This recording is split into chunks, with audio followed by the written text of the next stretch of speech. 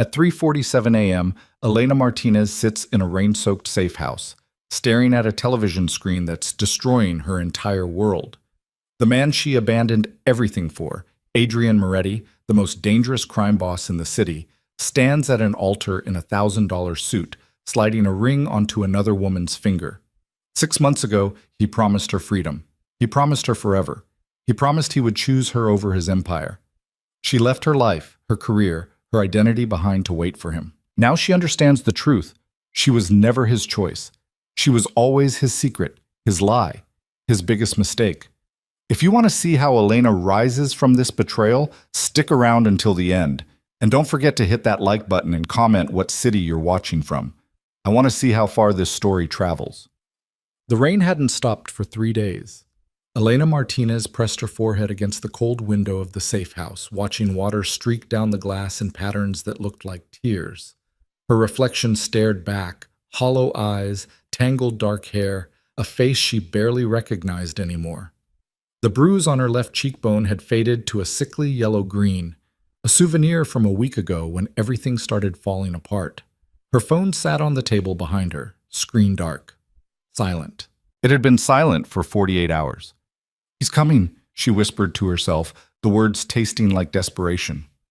He promised. But promises, Elena was learning, meant different things to different people. To her, a promise was sacred, a contract written in trust and hope. To Adrian Moretti, promises were probably just another tool in his arsenal, something to deploy when convenient and abandon when necessary. She turned away from the window, hugging herself against the chill that had nothing to do with the temperature. The safe house was barely furnished, a couch with springs poking through worn fabric, a table with uneven legs, a kitchenette that smelled like rust and old cigarettes. Adrian had arranged it 3 months ago, back when their secret relationship still felt romantic instead of suffocating. "Just in case," he'd said, tucking a strand of hair behind her ear with surprising gentleness for a man who'd allegedly killed 17 people. "If things ever get complicated, you come here. You wait for me. I'll always find you."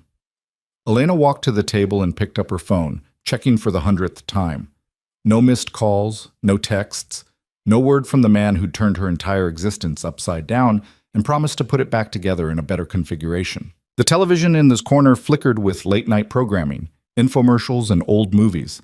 She'd turned it on for noise, for company, for any sound that wasn't the rain or her own anxious breathing. Now she grabbed the remote, about to switch it off, when the local news interrupted with a breaking story. "We're coming to you live from Street, Catherine's Cathedral, where business mogul Adrian Moretti is marrying socialite Victoria Castellano in what's being called the wedding of the decade." The remote slipped from Elena's fingers and hit the floor. On the screen, St. Catherine's Cathedral blazed with lights despite the rain. Limousines lined the street, photographers crowded the barriers. And there, stepping out of a black car in a dove-gray gown that probably cost more than Elena made in a year, was a woman with perfect blonde hair and a smile that belonged on magazine covers. Victoria Castellano. Old money, political connections, everything Adrian's world valued. Everything Elena wasn't. "No," Elena breathed, moving closer to the television. "No, this is wrong. This is some kind of mistake." But the camera didn't lie. It panned across the cathedral entrance, caught glimpses of guests in designer clothes, and then there he was.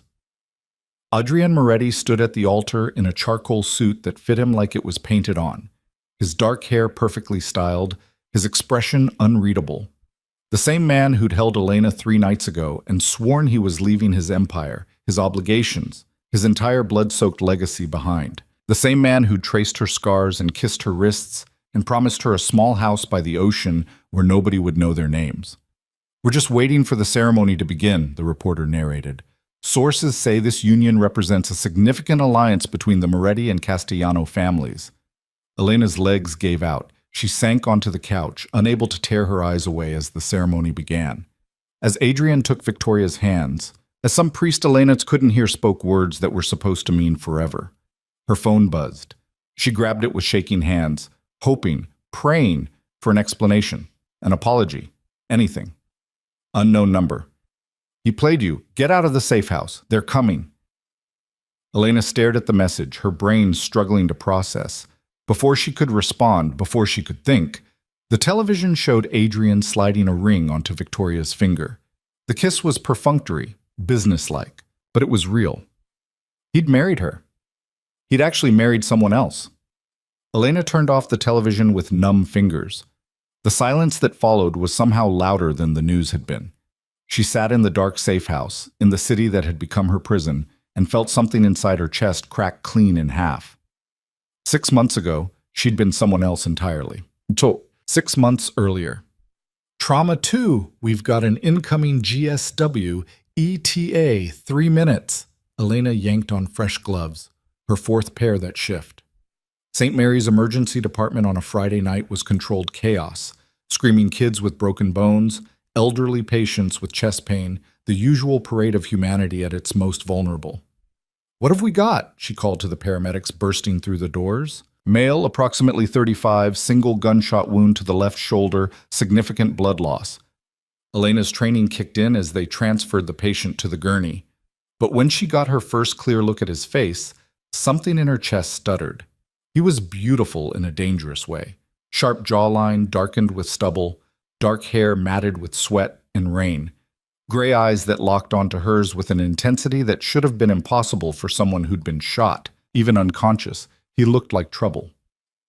"Let's get him stabilized," Dr. Chen ordered, appearing at Elena's elbow. "Elena, start a line."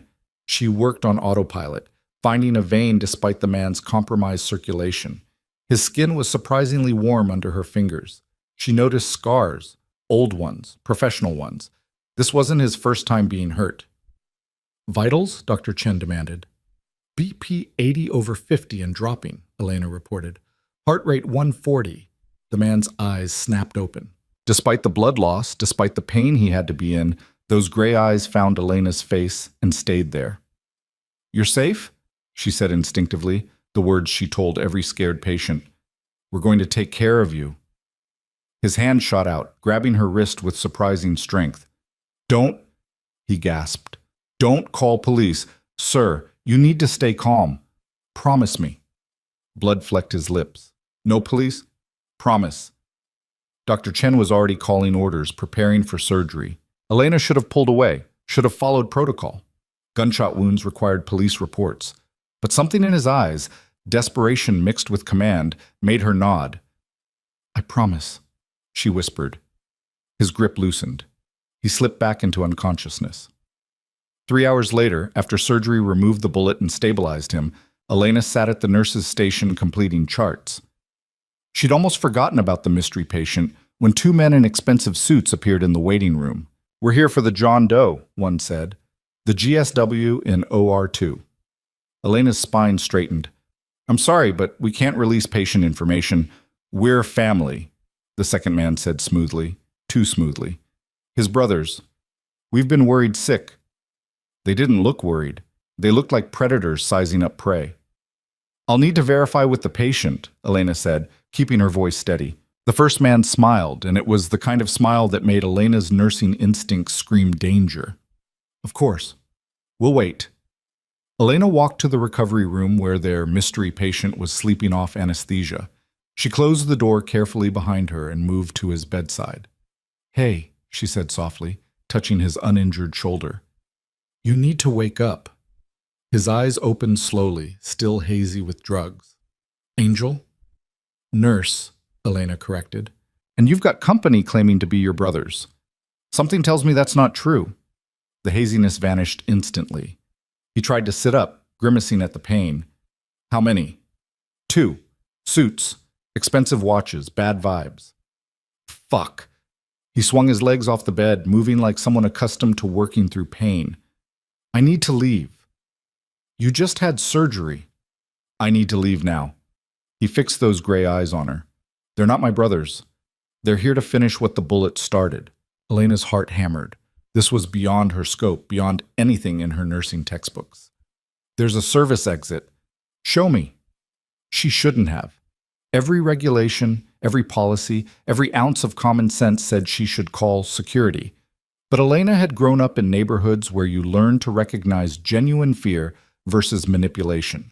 And this man was genuinely afraid. "Follow me," she said, and try not to bleed through your bandages." They made it halfway down the corridor before the suited men appeared at the far end. Elena didn't think. She grabbed the patient's good arm and pulled him into a supply closet, pressing a finger to his lips. Through the crack in the door, she watched the men pass. Heard one of them talking on a phone. "He's here somewhere. Find him. Mr. Moretti wants this cleaned up tonight." Moretti. The name rang a bell, distant and ominous. After the footsteps faded, Elena led the patient through a maze of hallways. Only staff knew, down 2 flights of service stairs and out into the rain-soaked alley behind St. Mary's. "Thank you," he said, and despite the pain etched into his face, his voice was genuine. "You didn't have to—" "You're going to rip your stitches," Elena interrupted, because focusing on the practical kept her from thinking about what she'd just done. "You need antibiotics, pain management, wound care. I have people who can handle that." "People who can handle bullet wounds. What exactly do you do?" He smiled, and it transformed his face from dangerous to devastating. "Nothing legal." "I gathered that." Elena pulled out her phone. "What's your number?" "Why?" "Because in 3 days, those stitches need checking. In 7 days, they come out. You can go to your illegal bullet wound people, or you can text me and I'll meet you somewhere. Your choice." He studied her for a long moment. Rain plastered his dark hair to his forehead. Blood was seeping through his hospital gown. He looked like a fallen angel, beautiful and doomed. "Adrian," he said finally. "My name is Adrian." "Elena." She held out her phone. "Number?" He entered it with one-handed efficiency. "Why are you helping me, Elena?" "Because I'm a nurse," she said simply, "and I promised I'd take care of you." 3 days later, her phone buzzed at 11 p.m. while she was curled up on her couch with bad reality TV and cheaper wine. Stitches hurt. "Is that normal?" Adrian Elena smiled despite herself. "Depends. Have you been taking the antibiotics I told you to get?" "Yes, Nurse Martinez. Are you running a fever?" "No. Then yes. Pain is normal. Take ibuprofen. Rest. Don't do anything stupid." A pause. Then, "Too late. I've already done several stupid things today." "Like what?" "Like texting you when I should be disappearing." Elena's fingers hovered over the keyboard. This was her exit point, the moment where she could politely disconnect and return to her safe, boring, uncomplicated life. Instead, she typed, "Where are you?" "Looking at the city from very high up." "That's vague. I'm a vague person. It's part of my charm.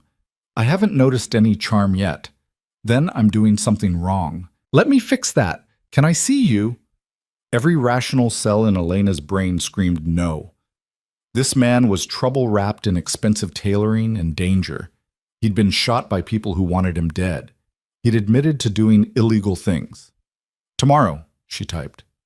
2 p.m. Riverside Park, North Entrance. I'll check your stitches. It's a date. It's a medical consultation. Even better. Elena set her phone down and told herself she was being professional, maintaining continuity of care, ensuring patient recovery. She told herself this had nothing to do with the way Adrian's eyes had found hers in the trauma bay, or the way he'd said "angel" while waking up from anesthesia. She told herself a lot of lies that night. What's up? Adrian was waiting on a bench when Elena arrived, wearing jeans and a black Henley that probably cost more than her entire wardrobe. Dark sunglasses hid his eyes, but she could feel his attention on her as she approached. "You came," he said. "I said I would." Elena sat beside him, maintaining professional distance. "Lift your shirt." "Usually women buy me dinner first." "Shirt. Now." He obeyed, revealing a torso that confirmed Elena's suspicion. This man spent time staying in dangerous shape. The bandage was clean, properly applied. She peeled it back gently, examining the wound. "Who did this?" she asked. "It's good work. Family doctor. He's used to my particular needs." "Needs like bullet wounds?" "Among other things." Adrian watched her rewrap the bandage with fresh gauze. "You have good hands. Gentle." Elena ignored the way his voice curled around the word gentle. "The wound is healing well. You've been lucky." "I don't believe in luck. I believe in consequences and choices." "Then you made bad choices to get shot." "The worst," he agreed, "but also the best." How is getting shot the best choice? Because it brought me to you. Elena secured the tape with more force than necessary. That's a line. That's the truth. He caught her hand before she could pull away. I haven't been able to stop thinking about you, Elena. The way you looked at those men and knew immediately they were dangerous. The way you risked your career to help a stranger. The way you promised to take care of me, and you meant it. I make that promise to every patient. No. His thumb traced her knuckles, a touch so light it might have been imagined. You don't look at every patient like they're worth saving. Elena's breath caught. Everyone is worth saving. Not me. Adrian's smile was sad around the edges, but I appreciate the sentiment. She should have pulled her hand away, should have restated professional boundaries, given him instructions for wound care, and walked away from whatever this was before it started. Instead, she asked, "Why were they trying to kill you?"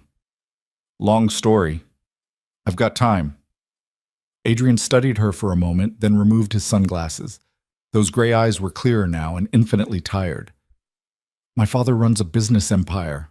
Very profitable, very old, very connected. I was supposed to take over, continue the legacy. Instead, I decided I wanted different things." "What things?" "Quieter things, legal things, things that don't require looking over my shoulder." He gestured to his shoulder. "This is the consequence of that choice. My father's associates don't appreciate retirement plans." Elena processed this information, reading between the lines. "Your father is Moretti, the Moretti everyone whispers about." "Yes, and you're trying to leave." "I'm trying to survive leaving." Adrian squeezed her hand gently, "which is why I should walk away right now and never contact you again, because people around me tend to get hurt." "I'm harder to hurt than I look," Elena said. "That's what worries me." He stood, moving carefully to protect his injury. "Thank you for checking the stitches, Nurse Martinez." "Elena," she corrected. "Just Elena." "Elena." Her name sounded different in his voice, like something valuable. "If I asked you to have coffee with me next week, would you say yes?" Every warning bell in Elena's head was ringing. This man was dangerous, complicated, wrapped up in a world she'd spent her whole life avoiding. Getting involved with him was potentially the worst decision she could make. "Yes," she heard herself say. "I'd say yes." Adrian smiled, and it was the real thing this time. No shadows, no calculation, just genuine pleasure. Tuesday, that cafe on Market Street with the terrible coffee and amazing pastries. "How do you know about that place?" "I know everything about this city. It's survival." He walked away before Elena could respond, moving through the park like someone who'd learned to disappear in plain sight. She sat on the bench long after he'd gone, wondering what the hell she'd just agreed to. Her phone buzzed. "Thank you for today. For the medical care and the conversation. You're remarkable." Adrian Elena smiled despite every rational objection in her head. "You're welcome. Rest that shoulder. Only if you promise to scold me if I don't. I absolutely promise. Then I'll be the most obedient patient you've ever had." Somehow, Elena doubted that. Tuesday's coffee turned into Thursday's dinner. Thursday's dinner turned into Saturday's walk through the botanical gardens. Saturday turned into a month of stolen hours where Elena learned that Adrian Moretti was nothing like his reputation and everything like his reputation, all at once. He was gentle with her, always, opening doors, remembering how she took her coffee, listening when she talked about difficult shifts at the hospital. But she also noticed the way he positioned himself between her and potential threats, the way his eyes constantly scanned their surroundings, the way he never sat with his back to a door. "You're always watching," she said one evening as they shared takeout in her apartment. "Always calculating." "Old habits." Adrian set down his chopsticks. "Hard to unlearn 20 years of survival training." "Tell me about it. Your life before this?" "You don't want to know that person." "I want to know you," Elena corrected. "All of you." So he told her. Not everything. She could sense the things he held back, the darkest corners he wouldn't let her see. But enough. Enough about a childhood spent learning to fight before learning to read, about a father who valued power over everything, about the first time Adrian realized his family's business empire was built on broken people and blood money. "I was 12, he said quietly. My father took me to a warehouse, showed me a man tied to a chair, told me the man had stolen from us, and that consequences mattered more than mercy. Then he handed me a gun. Elena's hand found his. Did you? No, I threw up instead. Disappointing start to the family legacy. Adrian's laugh was bitter. Took me another decade to understand I wasn't weak for refusing. I was just different, wrong-shaped for the life they'd planned. You're not wrong-shaped, Elena said firmly. You're perfectly shaped for who you're supposed to be. And who's that? Someone better than your history, someone choosing differently. Adrian pulled her close, pressing his forehead to hers. You make me want to believe that. Then believe it. They've been careful not to rush the physical side of things, both of them dancing around the obvious attraction, both aware that once they crossed that line, there'd be no going back. But that night, with rain tapping against the windows and truth hanging in the air between them, Elena kissed him first.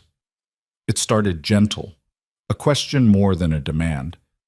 Adrian answered by cradling her face in his hands like she was something precious, kissing her back with a reverence that made her chest ache. When he pulled back, his eyes searched hers. Are you sure? He asked. Because once I have you, Elena, I won't want to let go. Then don't let go, she whispered. He didn't. What? 2 months into whatever they were, relationship felt too small a word for the way Adrian had woven himself into her life. Elena's roommate Jenna cornered her in their kitchen. Okay, spill. Who is he? Elena focused very hard on her coffee. Who is who? The guy who's got you smiling at your phone like a teenager, the one who sends you flowers at the hospital, the mystery man you disappear with 3 nights a week. His name is Adrian. We're seeing each other. Seeing each other? Jenna's eyebrows climbed. That's very vague. It's complicated. Complicated how? Is he married? Criminal? Secretly a vampire? He's trying to get out of a difficult family situation, Elena said carefully. It's taking time. Jenna studied her for a long moment. You're falling for him. I've already fallen. Does he feel the same way? Elena thought about the way Adrian looked at her when he thought she wasn't watching, the way he'd shown up at her apartment at 2 a.m. last week, not for sex, but because he'd had a nightmare and needed to know she was real. The way he'd said her name the first time they made love, like a prayer and a promise combined. Yes, she said. He feels the same way. Then what's the problem? Elena wished she had an answer that made sense. But how did you explain that the man you loved was trying to escape a world that didn't let people escape? That every moment with him felt borrowed, temporary, like something that could shatter with one wrong move? Her phone buzzed. Need to see you. Something's happened. Adrian Elena's stomach dropped. I have to go. Elena, I'll be careful, I promise. She met Adrian at the safe house. The first time she'd seen it, before it became a prison. He was pacing when she arrived, running his hands through his hair in a gesture she'd learned meant he was working through something bad. What's wrong? She asked.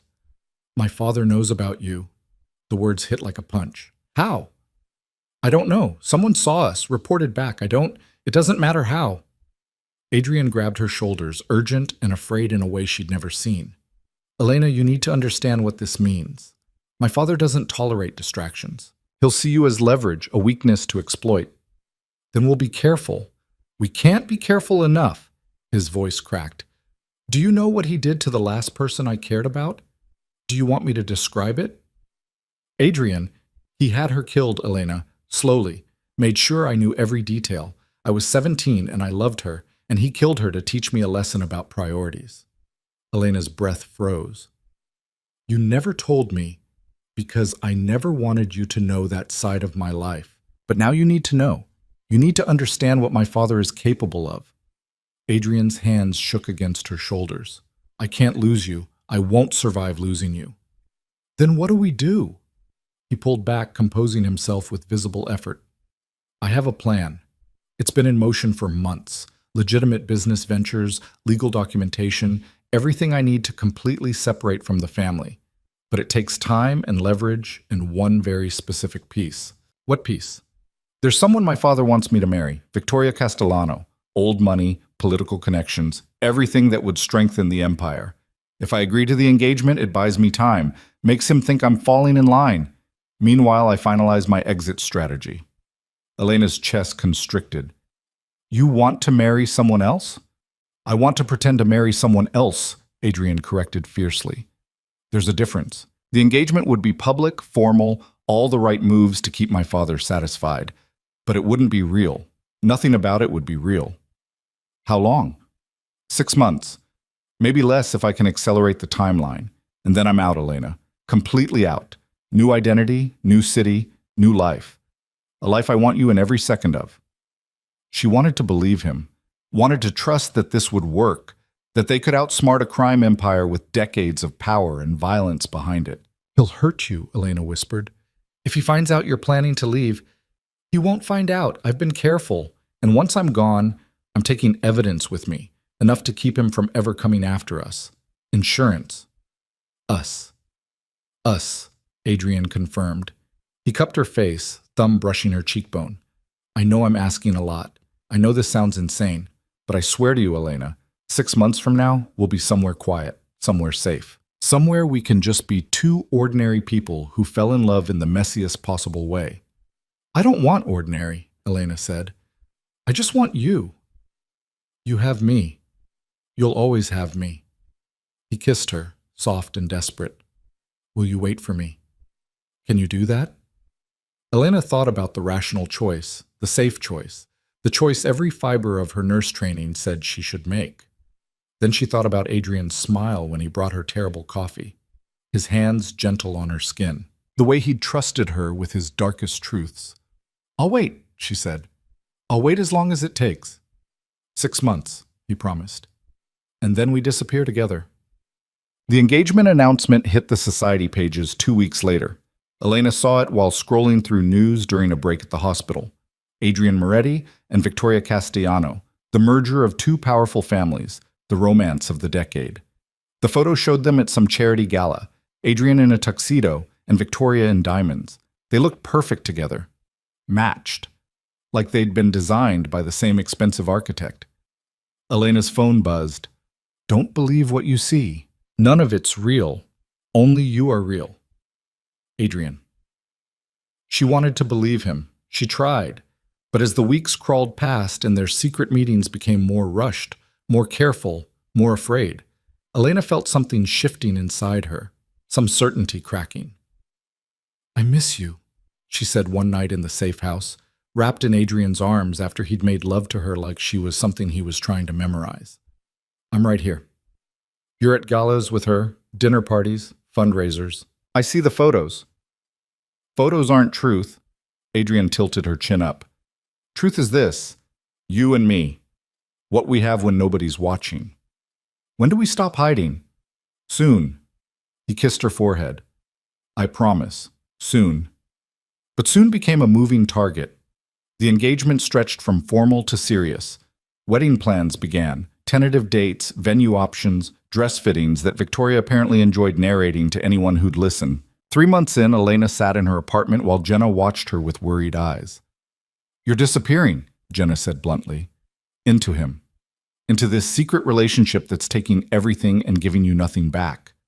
That's not true. When's the last time you went out with friends? Took a shift you didn't have to? Did anything that wasn't waiting for him to text? Elena opened her mouth to argue, closed it, opened it again. He needs me. What do you need? The question sat between them, unanswerable. 4 months in, Adrian showed up at Elena's apartment at midnight, exhausted and wired. We need to move up the timeline. What happened? Victoria's pregnant. The words punched the air from Elena's lungs. What? It's not mine. We've never... Adrian paced, frantic. It's not mine, but she's claiming it is. My father is ecstatic, wants to move the wedding up. I need to leave now, Elena. Not in 2 months. Now. Okay. Elena's hands were shaking. Okay, what do we do? I've arranged everything. Next week, there's a window. My father will be out of the country. Security will be minimal. I'll collect the insurance documents, transfer the necessary funds, and we run. Together. Where? I have a place in mind. Small town, Montana. Middle of nowhere. We can disappear there. Elena looked around her apartment, the life she'd built, the career she'd worked for, the friends she'd made. I'll need to quit my job. Tell Jenna something. Tell her you're taking a travel nursing contract. Don't give her details. The less people know, the safer everyone is. Adrian, this is really happening? He pulled her close and she could feel his heart hammering against her chest. This is really happening. 1 week, Elena, 7 days, and then we're free. She believed him. She believed him when he texted coordinates for the safe house. She believed him when he said to pack light and leave her phone behind. She believed him right up until she sat alone in that rain-soaked safe house, watching him marry Victoria Castellano on live television. Now, sitting in the dark with that unknown numbers warning still glowing on her screen, Elena finally understood the truth. She'd been the secret, the side story, the complication that needed to be managed. She'd never been the choice. The door to the safe house rattled. Elena's head snapped up, terror flooding her system. But it wasn't men in expensive suits. It was a woman in a black raincoat, hood up, face partially obscured. "We need to go," the woman said. "Right now." "Who are you?" "Someone who doesn't want to see you dead. Adrian's father knows about this place. He's sending people to clean up his son's mess. That's you, in case you're unclear." Elena grabbed her bag. Everything she owned now fit in one duffel. "Where? Anywhere but here. Move."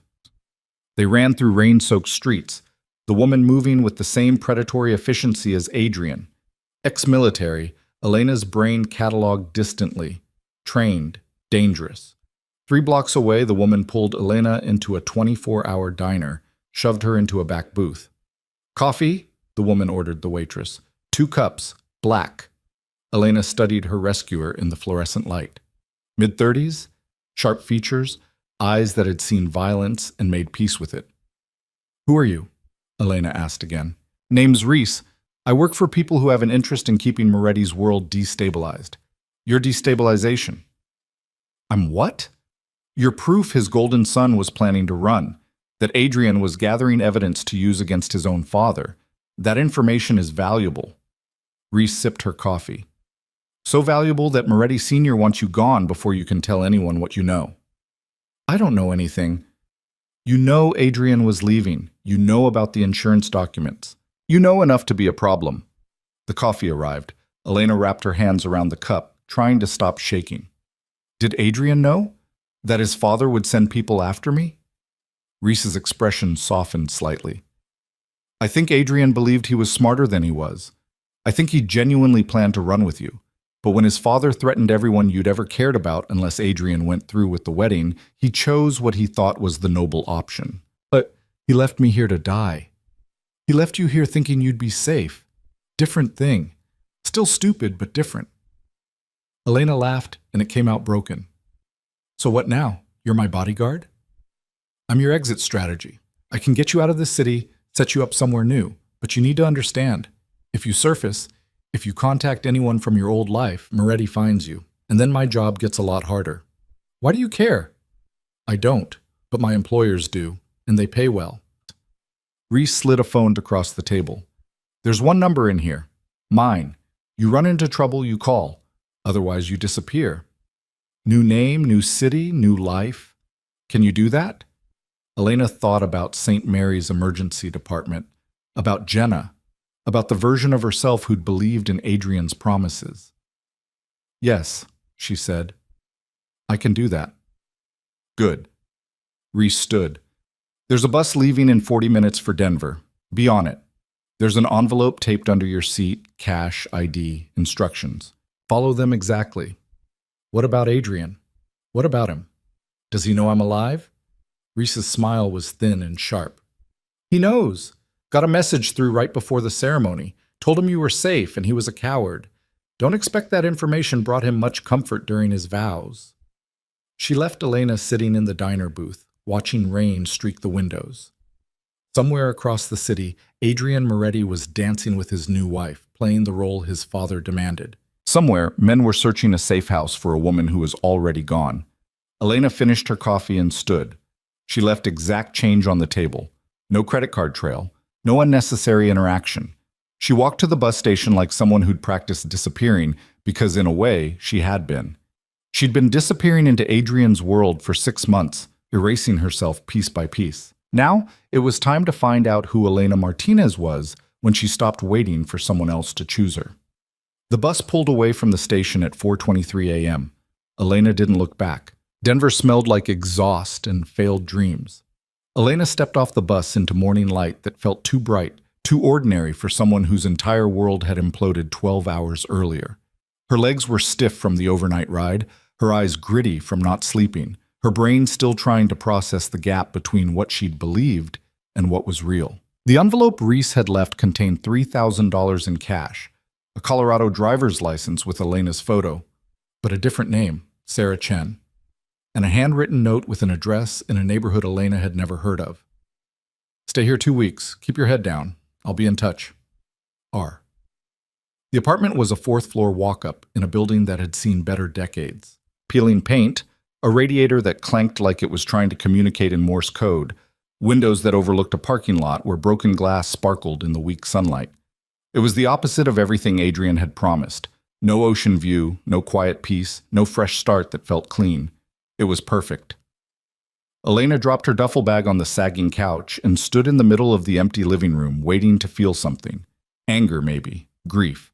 The crushing weight of betrayal. Instead, she felt hollow, scooped out, like someone had reached inside her chest and removed all the parts that used to know how to feel things. Her new phone buzzed. Reese's number. You make it? Yes? Good. Stay invisible. I mean it. Elena set the phone on the counter and walked to the bathroom. The mirror showed a stranger, dark circles under eyes that used to sparkle when Adrian texted, hair that needed washing, a face that looked 10 years older than it had a week ago. You're alive, she told her reflection. That's something. The stranger in the mirror didn't look convinced. She showered in water that ran lukewarm at best, changed into clean clothes from her duffel, and realized she had absolutely no idea what to do next. For 6 months, her entire existence had orbited around Adrian, when she'd see him, where they'd meet, how to steal another hour in a world that wanted to keep them apart. Now that access was gone, and she was just floating in space with nothing to grab onto. Her stomach growled. She'd forgotten to eat since yesterday's lunch. The corner store 3 blocks away sold instant ramen and bruised apples. Elena bought both with cash, counting out bills carefully. The cashier barely looked at her, just another anonymous face in a city full of them. Back in the apartment, Elena ate standing at the kitchen counter, staring at the phone Reese had given her. It would be so easy to text Jenna, to call her mom in Phoenix, to reach out to someone from her real life and anchor herself to something familiar. But Reese's warning echoed. If you surface, Moretti finds you. Elena finished the ramen and threw the cup away. She'd worked too hard to become a nurse, survived too much to get there, to throw it all away by being careless now. If invisibility kept her alive, she'd learn to be invisible. The first week passed in a fog of basic survival. Elena found a 24-hour laundromat where nobody asked questions, a library where she could read without buying anything, a diner that served breakfast all day and didn't care if she nursed one coffee for 3 hours. She avoided mirrors, avoided thinking, avoided the screaming silence where Adrian's voice used to live in her head. On day 9, Reese showed up at the apartment without warning, letting herself in with a key Elena hadn't known existed. You look like hell, Reese said by way of greeting. Thanks. You look terrifying as always. Reese smiled slightly, dropping a backpack on the counter. How you holding up? I'm breathing. Is that enough? For now. Reese pulled out a laptop, fingers already moving across the keyboard. We need to talk about your next move. I thought the next move was staying invisible forever. Invisible is temporary. Eventually, you need an actual life, which means work, housing, a believable story. Reese pulled up a document on the screen. I've got 3 options for you. All small towns, all hiring nurses, all far enough from Moretti's reach that you can breathe. Elena moved closer, looking at the listings. Billings, Montana. Durango, Colorado. Flagstaff, Arizona. These are real jobs. Real jobs with real HR departments who think Sarah Chen is a real person with real credentials. I've got people who handle this kind of thing. Reese glanced at her. You pick one, I set it up, you go live your life. Quiet. Boring. Safe. Safe, Elena repeated. The word felt foreign. Unless you want to stay in Denver washing your clothes at midnight and eating ramen for every meal. Elena studied the listings. Durango was high altitude, mountain views, a small hospital serving a scattered rural population. The job description mentioned long shifts and diverse cases, everything from ranch accidents to altitude sickness to the occasional ski injury. This one, she said, pointing. Durango. Good choice. Mountains make it harder for people to sneak up on you. Reese typed something. You start in 3 weeks. That gives you time to get there, find a place, settle in before orientation. Just like that? I just become someone else? You've already become someone else. This just makes it official. Elena sat down on the couch before her legs could give out. I was a good nurse. Before all this, I was really good at my job. You'll be good at it again. Reese closed the laptop. But Elena, Sarah doesn't have a tragic backstory. Sarah doesn't have a crime boss ex-boyfriend. Sarah is boring, pleasant, forgettable. You understand? Be nobody. Be nobody, Reese confirmed. It's the only way this works. After Reese left, Elena sat in the dark apartment and let herself think about Adrian for the first time in 9 days. She wondered if he'd looked for her after the wedding, if he'd gone to the safe house and found it empty, if he felt relief or regret or anything at all. She wondered if Victoria knew about her, if the baby was real, if Adrian was playing house with his new wife while Elena learned to become a ghost. Then she stopped wondering, because wondering was just another form of waiting, and she was done waiting for Adrian Moretti to be who he'd promised. 2 weeks later, Elena, now Sarah Chen to everyone who asked, drove a used Honda Civic into Durango, Colorado, with everything she owned in the back seat. The mountains rose around the town like walls, protection or prison, depending on how you looked at it. The apartment she'd rented sight unseen was smaller than the Denver place, but cleaner, with windows that actually sealed and a landlord who'd taken her first month's rent without asking uncomfortable questions. It was furnished in a style that could be generously described as aggressively beige, but the bed was comfortable and the shower ran hot. Elena unpacked methodically. Clothes in the dresser, toiletries in the bathroom, the few books she'd bought in Denver on the shelf. When everything was put away, the apartment still looked empty, unlived in, like a stage set waiting for an actual person to arrive. Her phone buzzed, the new number she'd gotten for Sarah Chen's life. Orientation tomorrow, 8 a.m. Don't be late. Reese. I won't. Thank you. For what? For getting me out. A long pause, then, just stay out. And Elena, stop thanking me. I'm not doing this for free. Elena smiled despite everything. At least Reese was honest about her motivations. That was more than she could say for some people. Sleep didn't come easy that night. She lay in the unfamiliar bed, listening to unfamiliar sounds. A neighbor's television through the wall, traffic on the street below, the wind in the mountains making noises she'd never heard before. Every sound made her tense, made her think of men in suits coming to finish what Adrian's father started. But no one came. The night passed. Morning arrived with pale sunlight through cheap blinds. Elena got up, dressed in scrubs she'd bought online, and looked at herself in the mirror. Sarah Chen looked back. Same face, different name, brand new lies. You can do this, she told her reflection. You've done harder things. The reflection didn't argue. Durango Community Hospital was smaller than St. Mary's, but clean, organized, and apparently desperate enough for nurses that they'd hired Sarah Chen with minimal background checking. The HR director, a cheerful woman named Patricia, who wore too much perfume, walked Elena through orientation with the kind of efficiency that suggested she'd done this many times.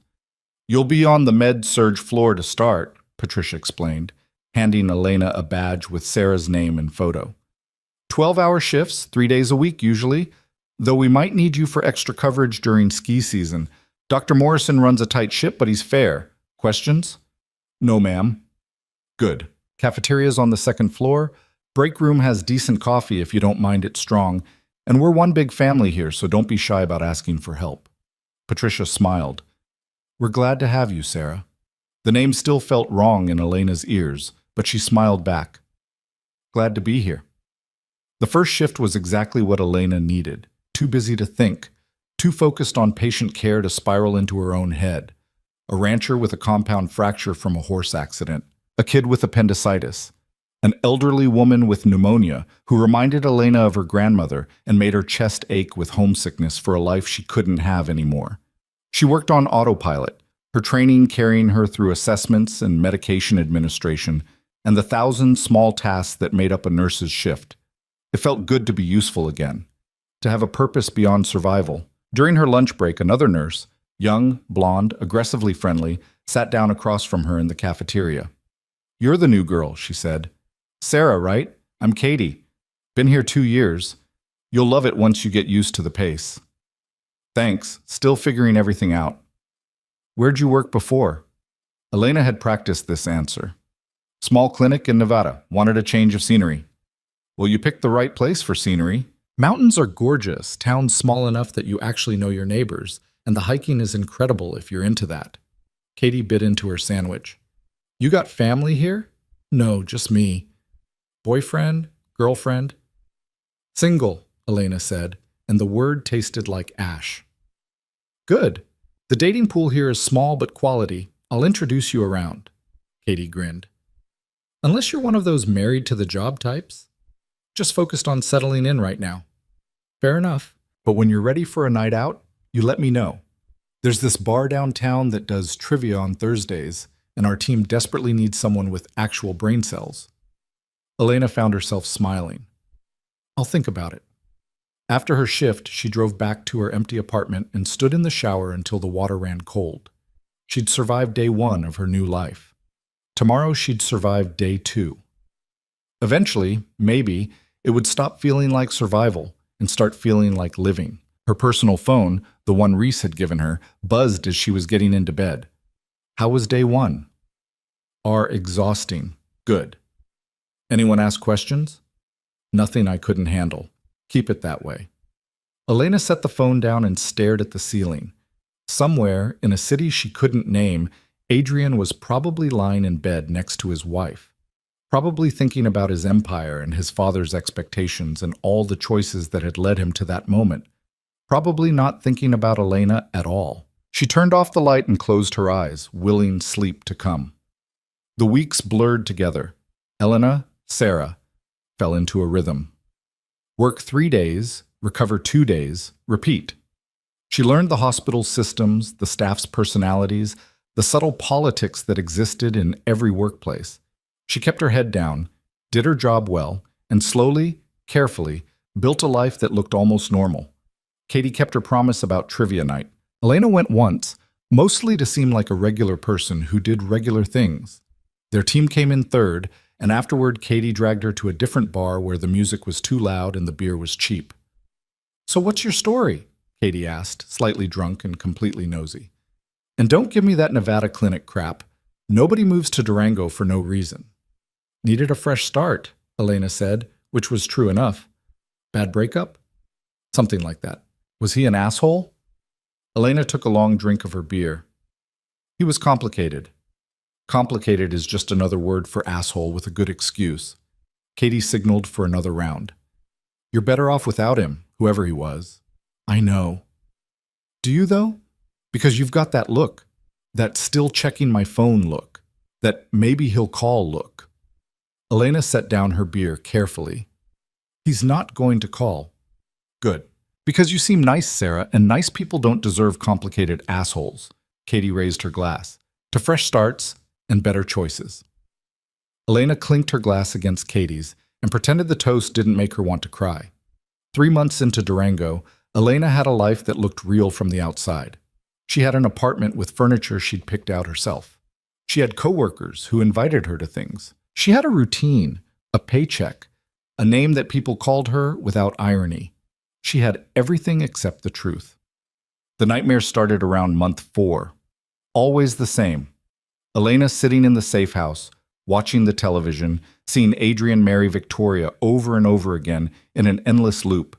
Sometimes she'd run to stop him, sometimes she'd scream, sometimes she'd just sit there while the world ended in slow motion. She'd wake up gasping, sheets soaked with sweat, her heart trying to escape her chest.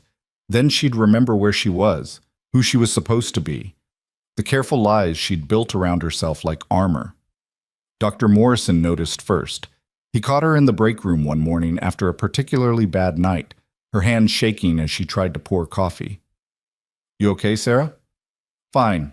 Just tired. He studied her with the kind of doctor look that saw past bullshit. When's the last time you took a day off? I don't know. A while. Take tomorrow. That's not a suggestion. He poured his own coffee, added too much sugar. I've been doing this 30 years. I know what burnout looks like, and you're heading there fast. I can handle it. I'm sure you can. But you shouldn't have to. Take a break. Go hiking. Read a book. Sleep for 16 hours. I don't care what you do, just don't come back here until you've remembered why you became a nurse in the first place. Elena wanted to argue, but the truth was she couldn't remember why she'd become a nurse, couldn't remember who she'd been before Adrian, couldn't remember anything except running and hiding and pretending to be someone she wasn't. Okay, she said quietly. Thank you. The next day, Elena drove up into the mountains without a destination, following roads that got narrower and steeper until she found a trailhead that looked deserted. She hiked for 3 hours, pushing her body until her lungs burned and her legs ached, until the only thing she could think about was the next step and the step after that. At the top of the trail, she found a clearing with a view that stretched for miles, mountains and valleys and sky so blue it hurt to look at. She sat on a boulder and let herself cry for the first time since leaving Denver. She cried for the life she'd lost, for the version of herself who'd believed in Adrian's promises, for the future they'd planned in whispered conversations at 3 a.m, for the stupidity of thinking love could conquer everything when love couldn't even conquer one man's fear of his father. When the tears finally stopped, Elena felt empty but lighter, like she'd been carrying something heavy and had finally set it down. Her phone rang, not the burner Reese had given her, but her new Sarah Chen phone, Katie's name on the screen. Hey, Elena answered, voice rough. Hey yourself, you sound weird. You okay? Just hiking, what's up? So there's this guy, friend of my boyfriend's. Nice, normal, works in construction. I mentioned you, he thinks you sound interesting, and we're all going to dinner Friday if you want to come meet him. Elena looked out at the mountains, at the vast empty space where her future used to be. I don't know if I'm ready for that. It's just dinner, Sarah, no pressure. But you can't hide forever, you know. Eventually you've got to start living again. I am living. You're existing. There's a difference. Katie's voice softened. Look, I get it. Bad breakup, fresh start, all that. But part of starting over is actually starting, not just running in place. I'll think about it. That's all I'm asking. Friday at 7. I'll text you the address. After Katie hung up, Elena sat on the boulder for another hour, watching the sun move across the sky. Part of her wanted to say yes to dinner, to try being normal, to see if Sarah Chen could have something that Elena Martinez couldn't. But the larger part of her knew the truth. She wasn't ready. Maybe she'd never be ready. Because how did you let someone new in when the last person you'd trusted had left you sitting in a safe house while he married someone else? That night, back in her apartment, Elena's burner phone buzzed for the first time in weeks. Need to talk. Call me. Elena dialed immediately. What's wrong? Maybe nothing. Maybe something. Reese's voice was tight. You haven't been online, have you? Social media, news sites, anything like that? No, you told me to stay invisible. Good. Keep it that way, but you should know there's been movement in Moretti's world. His wife filed for divorce 3 weeks ago, claimed the baby wasn't his, caused a whole scandal. Old man Moretti is furious. Adrian's been basically exiled from the family business. Elena's heart stopped. Why are you telling me this? Because exiled men do desperate things. And you're the one thing Adrian actually cared about.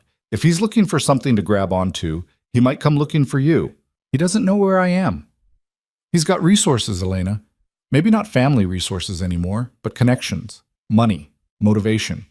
I need you to be extra careful right now, extra invisible. If anything feels off, you call me immediately. Understand? Yes. I mean it. This guy broke your heart, but he's still dangerous. Not because he wants to hurt you, but because wanting to save you might get you killed. After Reese hung up, Elena sat in the dark apartment and let the information settle. Adrian was free, or at least free adjacent. The marriage had imploded exactly the way any marriage built on lies and strategy would. Part of her, the stupid, stubborn part that had loved him despite everything, wondered if he was okay, if he was safe. if exile from his father's world was freedom or just a different kind of prison. The smarter part of her knew it didn't matter. Whatever Adrian was going through, it wasn't her problem anymore. She'd survived without him, built a life without him, learned to sleep in a bed that didn't smell like his cologne, and wake up to mornings that didn't include his texts. She was done being collateral damage in someone else's war. Friday came.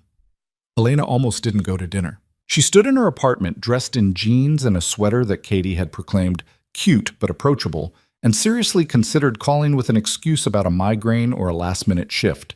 But Katie's words echoed, "Eventually, you've got to start living again." The restaurant was downtown, one of those farm-to-table places with exposed brick and Edison bulbs. Katie waved from a corner booth, her boyfriend Mark beside her, and across from them, a man who looked exactly like what you'd cast for nice guy with steady job. "Sarah, this is Connor," Katie said. "Connor, Sarah, there. Introductions done. Everyone be normal." Connor smiled, and it was a good smile, genuine, a little shy, no hidden agenda. "Nice to meet you, Sarah. Katie's told me absolutely nothing about you except that you're a nurse and you like trivia." "That's pretty much all there is to know," Elena said, sliding into the booth. "I doubt that, but we can start there." Dinner was easier than Elena expected. Connor was funny without trying too hard, asked questions without being invasive, and had the kind of steady, calm energy that probably came from working with his hands and sleeping well at night. He told stories about construction disasters and asked about nursing horror stories, and Elena found herself laughing at his description of a bathroom renovation gone catastrophically wrong. "So you just left the homeowner with a toilet in their front yard?" she asked. "For 3 days. In their defense, we did put a tarp over it." Connor grinned. "They left us a very angry review, but they also referred us to their neighbors, so I guess it evened out." After dinner, walking to their cars in the cool mountain air, Connor fell into step beside Elena. "I had a good time tonight," he said. "I know Katie ambushed you into this, but I'm glad she did." "Me too," Elena admitted. "Would you want to do it again sometime, without the Katie supervision?" Elena looked at him, really looked. He was handsome in an uncomplicated way. Seemed kind, seemed stable, seemed like exactly the kind of person Sarah Chen should be dating. "Yes," she heard herself say. "I'd like that." They exchanged numbers. Connor texted her before she'd even made it home. "Thanks for giving me a chance. Looking forward to next time." Elena stared at the message, waiting to feel something. Excitement, maybe. Anticipation. The flutter of new possibility. Instead, she felt tired and guilty, and like she was cheating on a ghost. She texted back anyway, "Me too," because Katie was right. She couldn't hide forever. Couldn't spend the rest of her life mourning something that had never been real in the first place. If Adrian Moretti had taught her anything, it was that promises were just words. Action was what mattered, and the only person taking action in Elena's life right now was Elena herself. So she'd go on a second date with Connor. She'd keep working at the hospital. She'd keep building Sarah Chen's life one careful brick at a time. And if some nights she still woke up gasping from dreams of rain-soaked safe houses and televised weddings, well, nobody had to know about that except her. The second date with Connor happened on a Tuesday afternoon, both of them working around shift schedules. He took Elena to a coffee shop that roasted their own beans and had mismatched furniture that somehow worked. They sat by the window, watching tourists browse the art galleries across the street, and Connor told her about growing up in Wyoming with 4 brothers and a mother who'd raised them all single-handedly after their father died. She was terrifying, he said, smiling at the memory. 5'0", but she could stop a fight with just a look. We learned real quick not to test her. Sounds like she did a good job, Elena said. You turned out decent.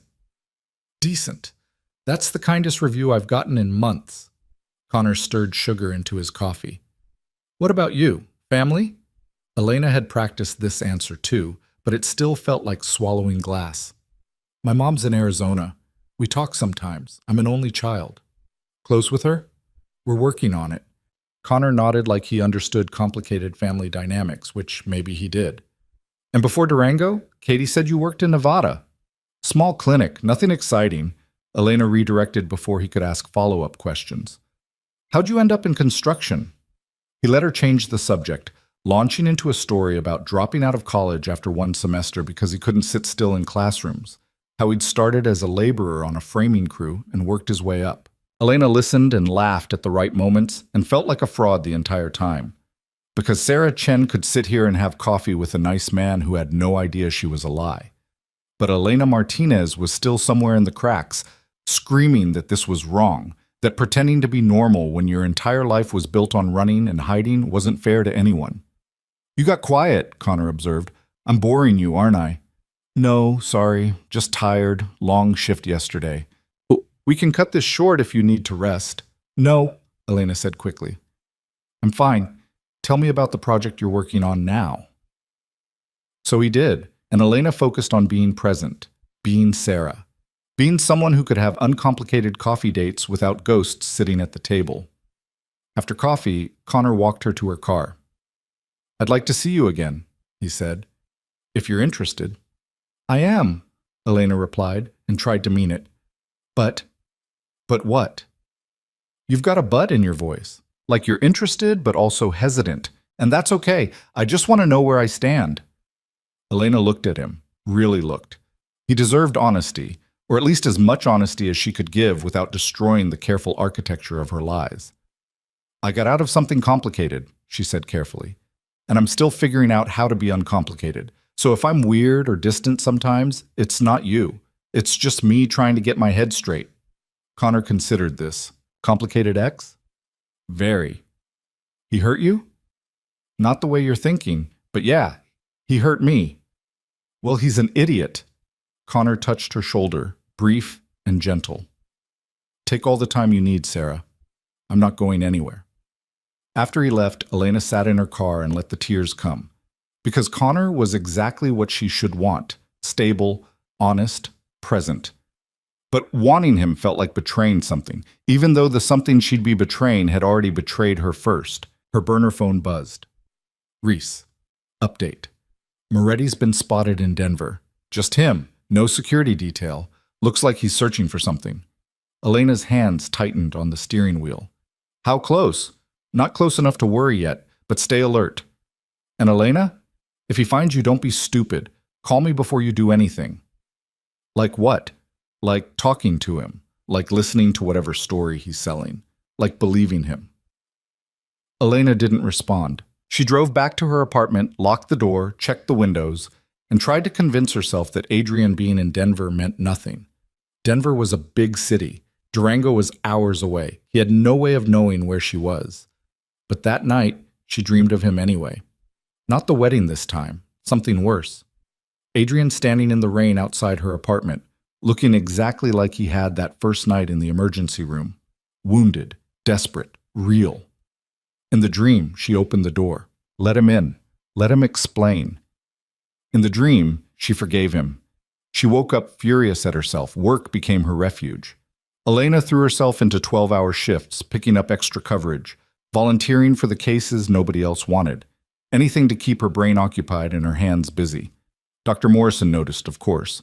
He cornered her in the break room after a particularly brutal shift involving a car accident and 3 critical patients. "You trying to work yourself to death, Sarah?" "Just doing my job." "Your job doesn't require 16-hour days." He poured coffee that had been sitting too long, drank it anyway. "What are you running from?" Elena's head snapped up. "What?" "People work like this for 2 reasons. They love it or they're avoiding something else. You're good at your job, but you don't love it enough to destroy yourself over it. So what's the something else?" "I'm fine." That's what everyone says right before they're not fine. Dr. Morrison set down his cup. "Look, I don't know what happened before you came here, and I'm not asking, but I do know burnout when I see it, and you're sprinting toward it like it's the finish line. I just need to stay busy." "Why?"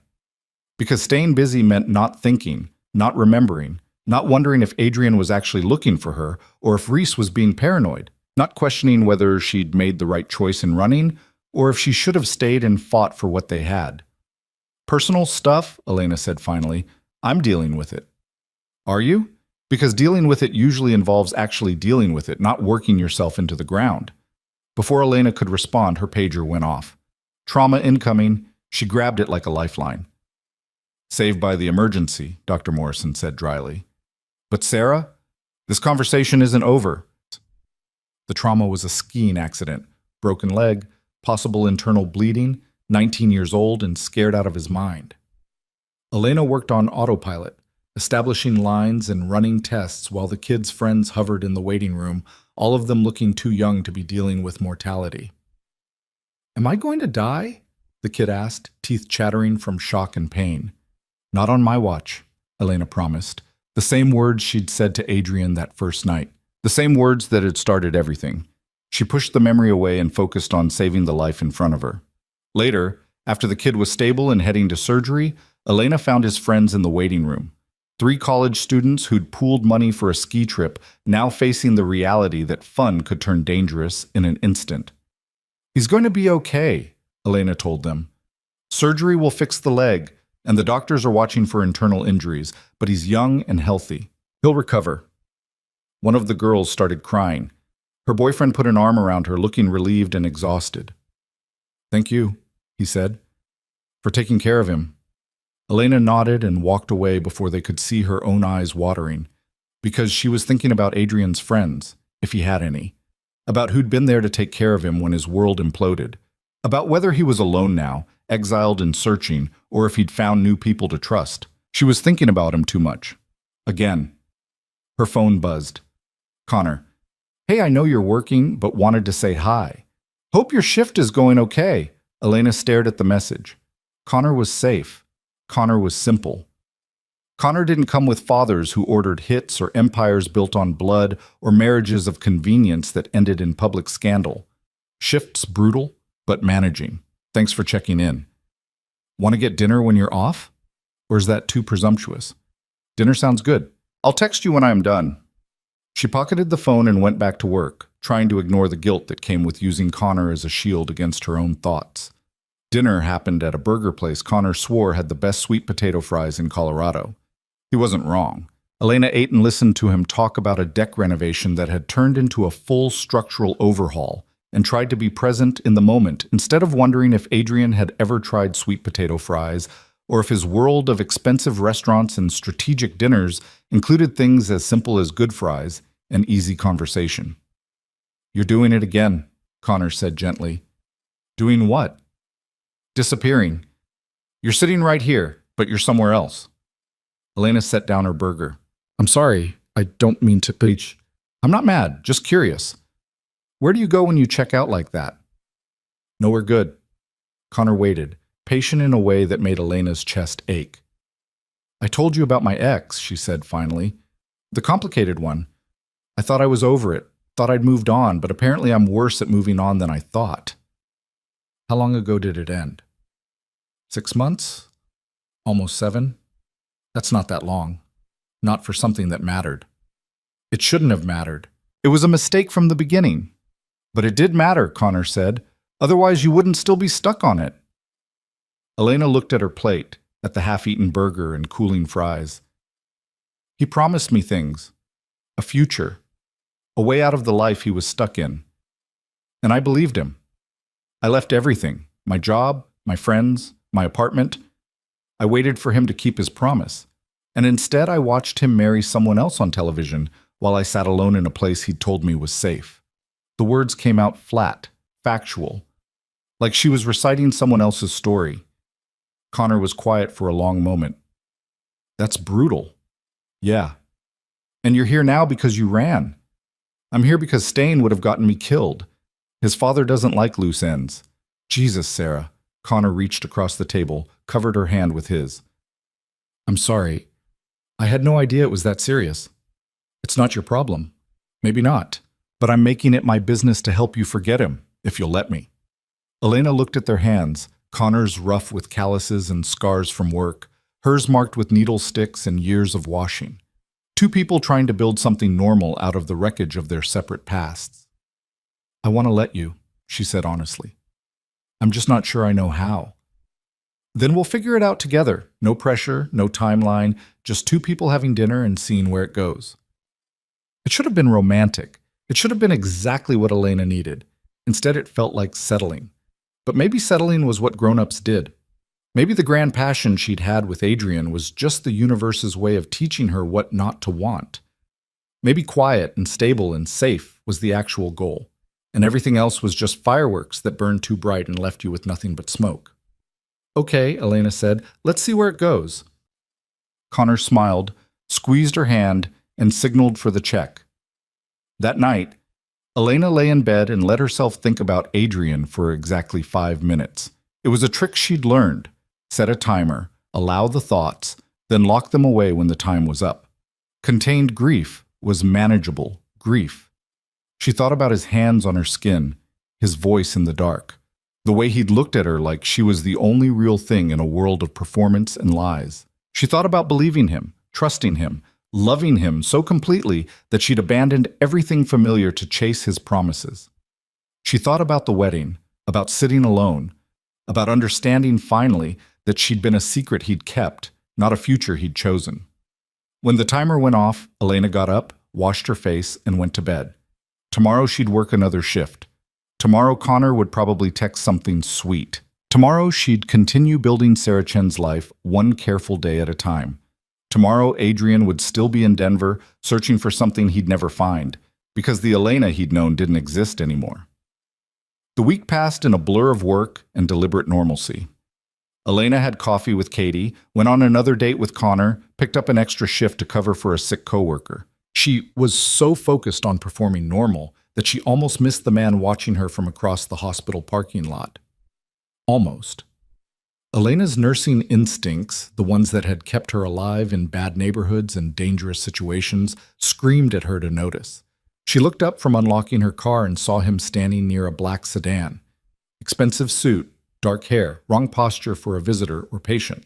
Their eyes met across 50 feet of asphalt.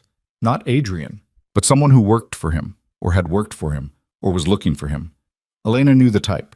She got in her car with deliberately casual movements, started the engine, and drove away like nothing was wrong. She took a route that wound through residential streets, checking her rearview mirror obsessively. The black sedan appeared 3 turns later, staying back but definitely following. Elena's heart hammered. She pulled out her phone, almost dialed Reese, then stopped. If she called for help, the conversation would be documented. If this went wrong, it would put Reese at risk too. Instead, Elena drove to the police station, pulled into the parking lot, and sat there with her engine running. The black sedan drove past slowly, then disappeared around the corner. She waited 20 minutes. Nothing. Finally, she drove to her apartment via a maze of random turns and backtracking. No one followed. But when she got home, she locked every window, checked every closet, and slept with her phone in her hand. The next morning, a text from an unknown number. We need to talk. Tonight, 9 p.m. The Overlook on Canyon Road, come alone. Elena stared at the message. Every instinct said, don't go. This is a trap. You're not that stupid. But another part of her, the part that had loved Adrian, that still sometimes woke up reaching for him, needed to know, needed to understand why someone was following her now, months after she'd disappeared.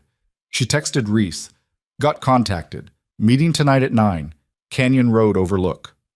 Reese responded immediately, absolutely not, do not go, I'm going, then I'm coming with you. They said come alone, and you're stupid enough to listen? I need to know what this is about.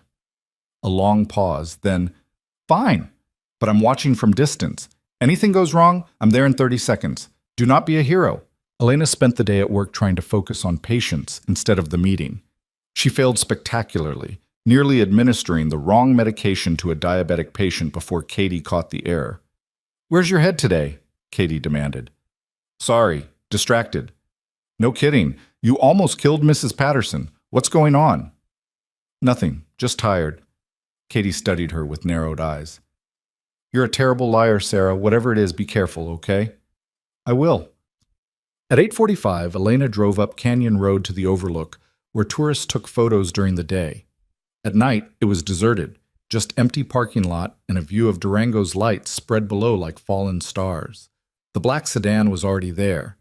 Elena parked next to it, left her engine running, and waited. The sedan's driver door opened. A woman got out, tall and blonde and familiar in a way that made Elena's stomach drop. Victoria Castellano, Adrian's wife, ex-wife. She walked to Elena's passenger side, tapped on the window. Elena unlocked the door. Victoria slid into the seat with the kind of grace that came from expensive finishing schools. Up close, she was beautiful in a sharp-edged way, all perfect bone structure and calculated expressions. But her eyes were tired, and there was a bruise on her wrist she'd tried to cover with foundation. "Hello, Elena," she said. "Or should I call you Sarah?"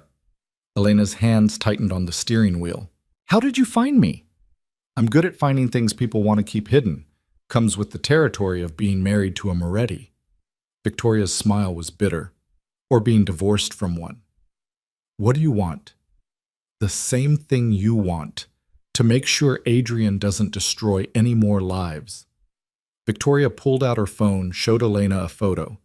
Adrian, thinner than Elena remembered, standing outside an apartment building Elena didn't recognize. "He's in Denver, looking for you.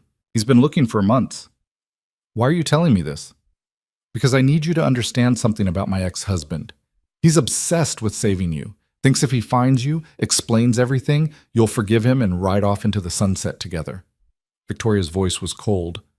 "And that obsession is going to get you killed." "I don't understand." "Adrian's father wants you dead.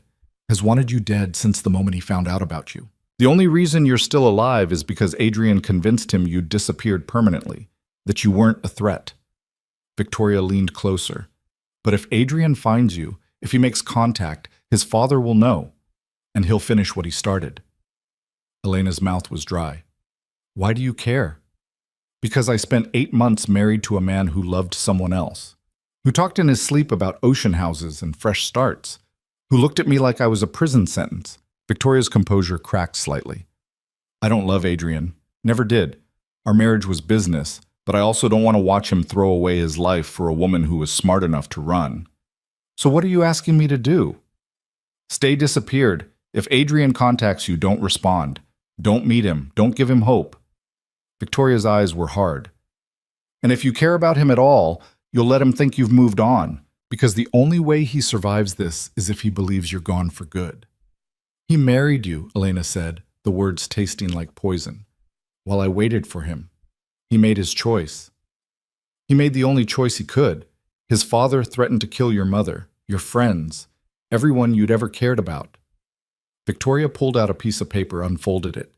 "These are the names. Your mother, Maria, your roommate, Jenna, your old co-worker, Dr. Chen.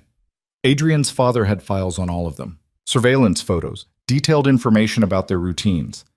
Elena took the paper with shaking hands, saw her mother's name, her address in Phoenix, Jenna's coffee shop she visited every morning, Dr. Chen's kids' school. "He would have killed them," Victoria said quietly, slowly, and made sure Adrian knew every detail.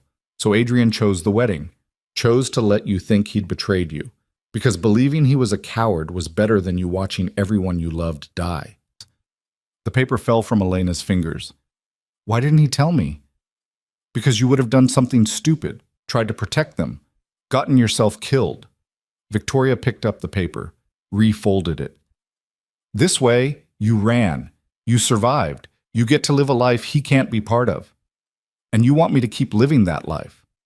I want you to keep breathing, whether that matters to you or not." Elena looked out at the lights of Durango, at the life she'd built from nothing, Sarah Chen's life. Safe, boring, alive. "If I don't respond," she said slowly, "he'll keep looking. Eventually he'll stop. Eventually he'll accept that you're gone." Victoria opened the passenger door. "Or he won't, and his obsession will destroy him. Either way, it's not your problem anymore." "You're wrong." "About what?" "You said you spent 8 months married to someone who loved someone else. But you were married to someone who loved so completely, he sacrificed everything to keep that person safe." Elena met Victoria's eyes. "That's not nothing." "No," Victoria agreed. "It's not nothing, but it's also not enough." She got out of the car, walked back to the sedan, and drove away. Elena sat in the overlook parking lot until her phone buzzed with Reese's message. "You alive?" "Yes." "What happened?" "I'll tell you later. I need to think." Elena drove home and spent the night staring at the ceiling, Victoria's words echoing in her head. Adrian had married Victoria to save Elena's mother, her friends, everyone she'd ever cared about. He'd let Elena believe he was a coward and a liar because that was safer than the truth. He'd loved her enough to become the villain in her story. And now he was searching for her, desperate and exiled, trying to find the one person he'd sacrificed everything to protect. Elena wanted to hate him for it, wanted to stay angry, stay hurt, stay safe in her carefully constructed new life. Instead, she just felt tired. Her phone buzzed. Connor. Good morning. Want to grab breakfast before your shift? Elena looked at the message, thought about Connor's steady kindness, his uncomplicated affection, the normal future he represented. Then she thought about Adrian, about loving someone so much you'd let them think you betrayed them, about the kind of courage it took to become the villain to save the person you loved. She didn't know what to do with that information. She didn't know if it changed anything. But she knew one thing with absolute certainty. This wasn't over, not by a long shot. Elena texted Connor back with an excuse about an early meeting, then spent breakfast staring at cold coffee and trying to make sense of everything Victoria had told her. The information sat in her chest like a stone, heavy and impossible to ignore. Adrian hadn't betrayed her. He'd saved her. And somehow that was worse. Because betrayal she could hate. Betrayal gave her permission to move on, to build Sarah Chen's life without guilt. But sacrifice? Love so complete it destroyed itself to keep her safe? That was a different kind of wound entirely. You look like hell, Katie said when Elena showed up for her shift 20 minutes late, still wearing yesterday's makeup. Didn't sleep well. Clearly, you want to talk about it? Not really. Katie studied her for a moment, then handed her a patient chart. Room 3 needs vitals. Try not to kill anyone today, okay? I don't have the energy to cover for you twice in 1 week. Elena took the chart and threw herself into work, but her mind kept circling back to Victoria's words. His father threatened to kill your mother. Elena pulled out her personal phone during lunch break, stared at her mom's number, and almost called just to hear her voice, to confirm she was safe. She didn't, because calling would mean explaining, and explaining would mean lying, and Elena was so tired of lies. Instead, she texted Reese. Need to talk.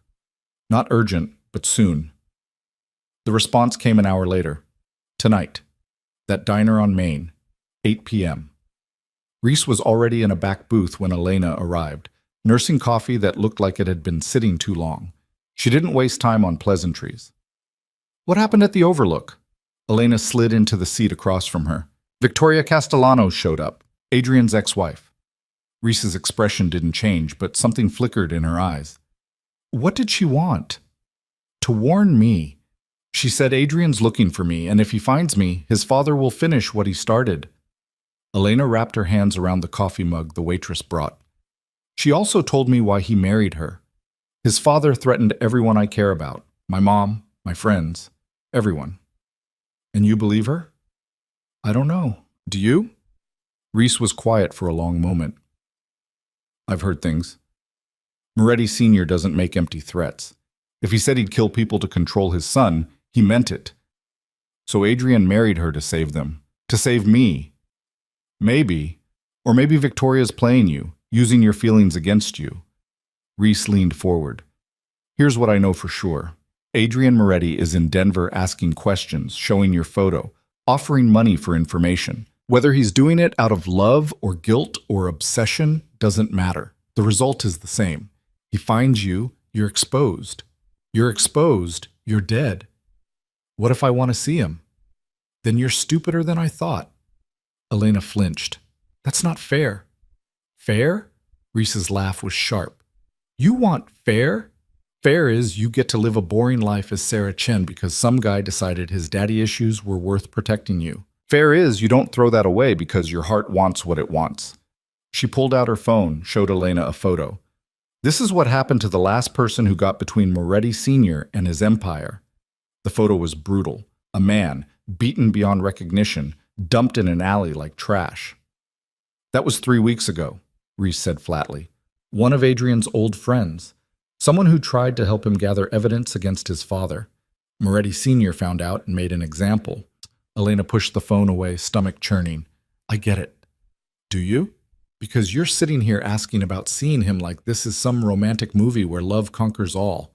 This isn't a movie, Elena. This is real life where people die bloody deaths in alleys. I know that. Then act like it. Stop wondering if Adrian loved you. Stop caring why he did what he did. Just keep your head down and stay alive. Reese pocketed her phone. That's the only thing that matters. After Reese left, Elena sat in the booth and stared at the table. Everything Reese said was logical, practical, right. Getting involved with Adrian again would be suicide. His father was a monster. The smart choice was obvious. But Elena kept thinking about Adrian standing at that altar, knowing he was destroying the one good thing in his life to keep her safe. Kept thinking about him searching Denver, desperate and alone, trying to find her. Kept thinking about love that sacrificed everything and asked for nothing back. Her phone buzzed. Connor again. Haven't heard from you in a couple of days. Everything okay? Elena stared at the message. Connor deserved better than this. Better than someone who couldn't stop thinking about a man who'd nearly gotten her killed. Better than Sarah Chen, who was just Elena's ghost wearing a fake name. I'm sorry, she typed. I need some space. It's not you. It's me dealing with stuff from my past. His response came quickly. I understand. Take all the time you need. I'm here when you're ready. Simple, kind, uncomplicated. Everything Adrian wasn't. Elena drove home and found a package waiting at her apartment door. No return address, just her name, her real name, written in handwriting she recognized instantly. Her hands shook as she brought it inside, locked the door, and stared at the box like it might explode. It probably should have gone straight to the trash, should have been left unopened, a mystery she didn't need solved. Instead, Elena grabbed scissors and cut through the tape. Inside was a leather journal, expensive and well-worn. A note on top in Adrian's handwriting. I know you probably hate me, you should, but you deserve to know the truth, all of it, even the parts that make me look worse. Elena opened the journal. The first page was dated 8 months ago, 2 weeks after they'd met. Met a woman today who looked at me like I was worth saving. Didn't have the heart to tell her she's wrong. She flipped through pages of Adrian's thoughts, his plans, his desperate attempts to build an exit strategy that would keep her safe. Details about evidence he was gathering against his father. Names of people who could help. Contingency plans if things went wrong. And then, 4 months in, everything changed. Father knows about Elena. Called me to his office, showed me surveillance photos. Her leaving the hospital, her apartment building, her mother's house in Phoenix. He didn't threaten directly, didn't need to. The message was clear. She's leveraged now. Either I fall in line or everyone she cares about dies. Elena's vision blurred. She kept reading. Told Victoria about Elena tonight. Asked her to help me fake a marriage convincing enough that father would believe I'd abandoned my exit plans. She agreed, but only because she wants her own way out of her family's world. We're both prisoners making the best deal we can. Victoria's pregnant. Not mine. Some boyfriend she's been hiding for years. But she's going to claim it's mine. Push the wedding forward. Father is thrilled. Thinks he's won. Meanwhile, I'm trying to figure out how to get Elena out of the city without father's people following her, without him knowing I'm still planning to leave. 3 weeks until the wedding. Haven't seen Elena in 5 days because father has me on a leash. She texted asking if I'm okay. I lied and said I'm fine. The lies are killing me, but the truth would kill her faster. The entries continued through the wedding day. Adrian describing how he'd arranged for Reese to extract Elena if things went wrong. How he'd sent her to the safe house believing she'd be protected there, not realizing his father had already discovered the location. Married Victoria today. Every vow felt like another nail in the coffin of everything I wanted. Father was triumphant. Mother cried. Victoria looked beautiful and miserable. And somewhere in the city, Elena probably thinks I betrayed her. That's better than her knowing the truth, that I'd set her up as bait to keep father from realizing I was still planning to leave. She was safer hating me than loving me. Elena's tears fell onto the pages, smudging the ink. She read about Adrian's divorce, about his father's rage when the truth about Victoria's pregnancy came out, about Adrian being exiled from the family business, cut off financially, watched constantly. Father thinks taking away my money and connections will break me. But the only thing that broke me was losing Elena. Everything else is just noise. The final entry was dated 3 days ago. Found out where she is. Durango, small hospital, living under a different name. Every instinct says, go to her, explain, beg forgiveness. But Victoria tracked me down yesterday, told me if I make contact, father will know. Will finish what he started. So I'm writing this instead. hoping somehow it reaches her, hoping she understands I never stopped loving her, never stopped trying to find a way back to her, but also hoping she's moved on, built a life, found someone who doesn't come with the kind of danger I bring. That's what she deserves, even if it destroys me to think about it. Elena closed the journal and sat in the dark apartment, trying to breathe around the weight in her chest. Adrian had loved her, still loved her, had sacrificed everything to keep her safe, and now he was alone somewhere, exiled and broken, respecting her new life enough to stay away. Her phone rang. Not the burner. Her regular phone. Unknown number. Elena answered before she could think better of it. Elena? Adrian's voice hit her like a physical blow, rougher than she remembered, tired and desperate. Don't hang up, please. She should have hung up, should have blocked the number, called Reese, maintained the safety of distance. How did you get this number? She asked instead. Does it matter? Yes. I still have connections, not many, but enough. He was quiet for a moment. Did you get the journal? Yes. I'm sorry. For all of it. For making you think I didn't care. For putting you in danger. For being stupid enough to believe I could have you and keep you safe.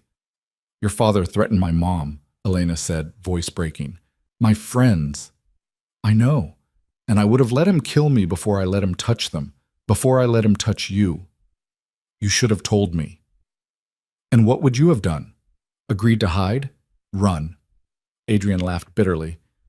You would have tried to fight, tried to protect everyone, gotten yourself killed. At least this way you're alive. As someone else, living a fake life. A safe life. That's all I ever wanted for you. Elena stood up, pacing the small apartment. Where are you right now? Does it matter? Stop answering my questions with questions. Denver. Hotel room that smells like bleach and regret. His voice softened. I wanted to come to Durango. Wanted to see you, even if it was just from a distance. But Victoria convinced me that would put you at risk. She came to see me, told me to stay away from you. She's smarter than I am. Adrian, I'm not calling to ask you to come back to me, Elena. I know I destroyed that possibility. I'm calling because I needed to hear your voice, to know you're really okay, that you're building something good. I'm trying to. Are you succeeding? Elena thought about Connor, about her job, about the careful architecture of Sarah Chen's life. I don't know. Some days, yes. Some days I just feel like I'm hiding. You should be hiding. My father hasn't forgotten about you, won't forget as long as I'm alive, and he thinks you matter to me. And do I? Still matter? The silence stretched so long Elena thought he'd hung up. Then, you're the only thing that's ever mattered, which is exactly why I need to let you go. What if I don't want to be let go? Then you're as stupid as I am. But his voice was tender, aching. Elena, please, please just live your life. Find someone safe, someone boring, someone whose father doesn't order hits like other people order coffee. I tried that. There's a guy here. Connor. He's everything you're not. Stable, honest, present, everything I should want. But he's not you. Adrian's breath caught. Don't do this to either of us. Do what? Tell the truth? The truth doesn't matter. What matters is you staying alive long enough to get over me. And if I can't get over you, then fake it. Lie to yourself until the lie becomes true. That's what I'm doing. Elena sank onto the couch, phone pressed to her ear like a lifeline. This is insane. We're insane. Yeah, we really are. Adrian was quiet for a moment. I should go. This call is probably already too long, too traceable. Wait. I love you, Elena Martinez. I loved you the second you promised to take care of me in that emergency room. I loved you when I married someone else. I love you now while I'm telling you to forget me, and I'll love you when you finally do. His voice cracked. Goodbye. The line went dead. Elena sat holding the phone, tears streaming down her face, and finally let herself break. Not the contained grief she'd been rationing, not the careful 5-minute sessions, just complete, devastating heartbreak for everything they'd had and lost and could never get back. She cried until her throat was raw and her eyes were swollen and the apartment was completely dark. Then she called Reese. He contacted you? Reese said. Not a question. Yes. And? And he told me to move on, to stay safe, to forget him. Smart man. I can't do it. You have to do it. There's no other option. Elena wiped her eyes, voice steady despite the tears. What if there was? What are you talking about? You said your employers have an interest in destabilizing Moretti's world, that I'm valuable because I'm proof his son was planning to betray him. Where are you going with this? What if I gave you more than proof? What if I helped you actually take him down? Reese was silent for a long moment. You understand what you're suggesting? You'd be putting yourself directly in the line of fire, making yourself the target instead of hiding from it. I'm already a target. At least this way I'd be fighting back. This isn't some revenge fantasy, Elena. Moretti Sr. has killed people for less. You'd need protection, resources, a plan that's airtight. So get me protection. Get me resources. Use your connections. Elena stood up, something hardening in her chest. I spent 6 months being protected, being saved, being someone's secret. I'm done with that. If I'm going to live in fear, I might as well make it count for something. You're serious? Completely. Reese exhaled slowly. I need to make some calls. Don't do anything stupid in the meantime. Don't contact Adrian. Don't tell anyone what you're planning. I won't. And Elena, if we do this, there's no going back. You understand that? You'd be declaring war on one of the most dangerous men in the country. He declared war on me first. I'm just returning the favor. After Reese hung up, Elena sat in the dark and thought about fear. She'd been afraid for 7 months, afraid of being found, afraid of being killed, afraid of living, and afraid of loving. Fear dictated every choice, every movement, every breath. She was done being afraid. Her phone buzzed. Connor. Just want you to know I'm here if you need anything. No pressure, no expectations. Just here. Elena looked at the message and felt a pang of guilt. Connor deserved honesty, even if the truth would hurt. I need to tell you something, she typed. Can we meet tomorrow? Of course. Name the time and place, that coffee shop where we had our second date. 10 a.m.? I'll be there. Elena spent the rest of the night cleaning her apartment, doing laundry, organizing her life with the kind of manic energy that came from making a decision that would either save her or destroy her. By the time she collapsed into bed at 2 a.m., everything was sorted, filed, ready. Tomorrow she'd tell Connor the truth about who she was, what she'd been running from, why she could never be the uncomplicated girlfriend he deserved. Tomorrow she'd start building a case against the man who'd stolen her life. Tomorrow, everything would change. But tonight, Elena let herself imagine a different ending, one where Adrian's father didn't exist, where love was enough, where she and Adrian could have had their house by the ocean and their quiet life and their simple, ordinary happiness. It was a nice dream. But Elena had learned the hard way that dreams were just pretty lies you told yourself before reality kicked you in the teeth. Connor was waiting at the coffee shop when Elena arrived, 2 cups already on the table. He stood when he saw her, concern written across his face. You look exhausted. Didn't sleep much. Elena sat down, wrapped her hands around the coffee he'd ordered for her. Thank you for meeting me. Of course. What's going on? Elena had practiced this conversation in her head a dozen times. It still felt impossible. My name isn't Sarah Chen, she said quietly. It's Elena Martinez. I'm not from Nevada.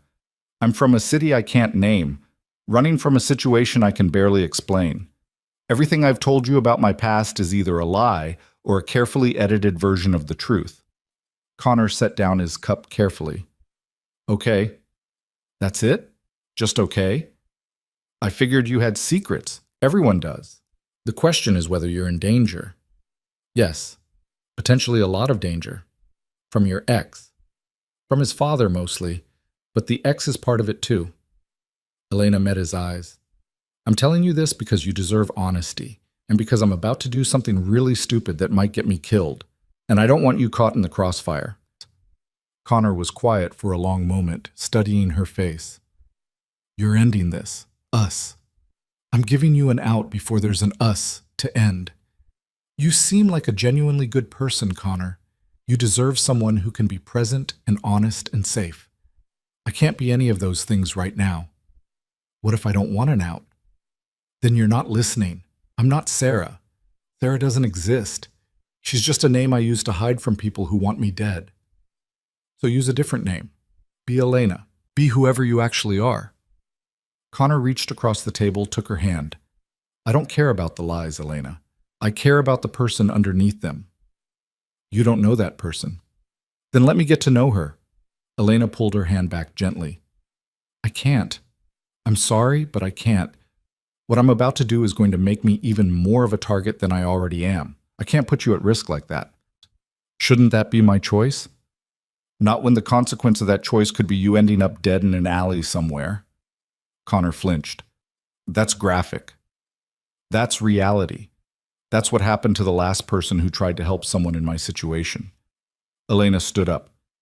Thank you for being kind to me, for making me feel normal, even if it was temporary. But this, us, it can't happen. Not now. Maybe not ever. And if you survive whatever you're planning, if you come out the other side, then maybe I'll look you up, apologize properly, buy you dinner to make up for all of this. I'll hold you to that. Connor stood too, pulled her into a brief hug. Be careful, Elena. Whatever you're doing, be smart about it. I'll try. She left the coffee shop and drove to the hospital for what might be her last shift. Doctor. Morrison caught her in the hallway, gave her the same concerned look everyone seemed to be giving her lately. You putting in your notice? Elena stopped. What makes you say that? You've got that look. The I'm about to do something drastic look. Seen it before with nurses who are burning out or moving on. He crossed his arms. So which is it? I might need to take a leave of absence. Personal issues. How long? I don't know. Could be weeks. Could be permanent. Doctor. Morrison nodded slowly. You're a good nurse, Sarah. Or Elena. Or whoever you actually are. Don't let whatever you're running from make you forget that. You knew?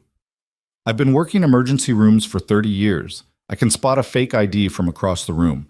But you did good work. You cared about your patients, and you didn't cause problems. That was enough for me. He pulled out a business card, wrote something on the back. You ever need a reference, you call that number. I'll vouch for you, no questions asked. Elena took the card, throat tight. Thank you. Don't thank me. Just stay alive. Her shift was routine, the kind of mundane emergencies that made up most of healthcare.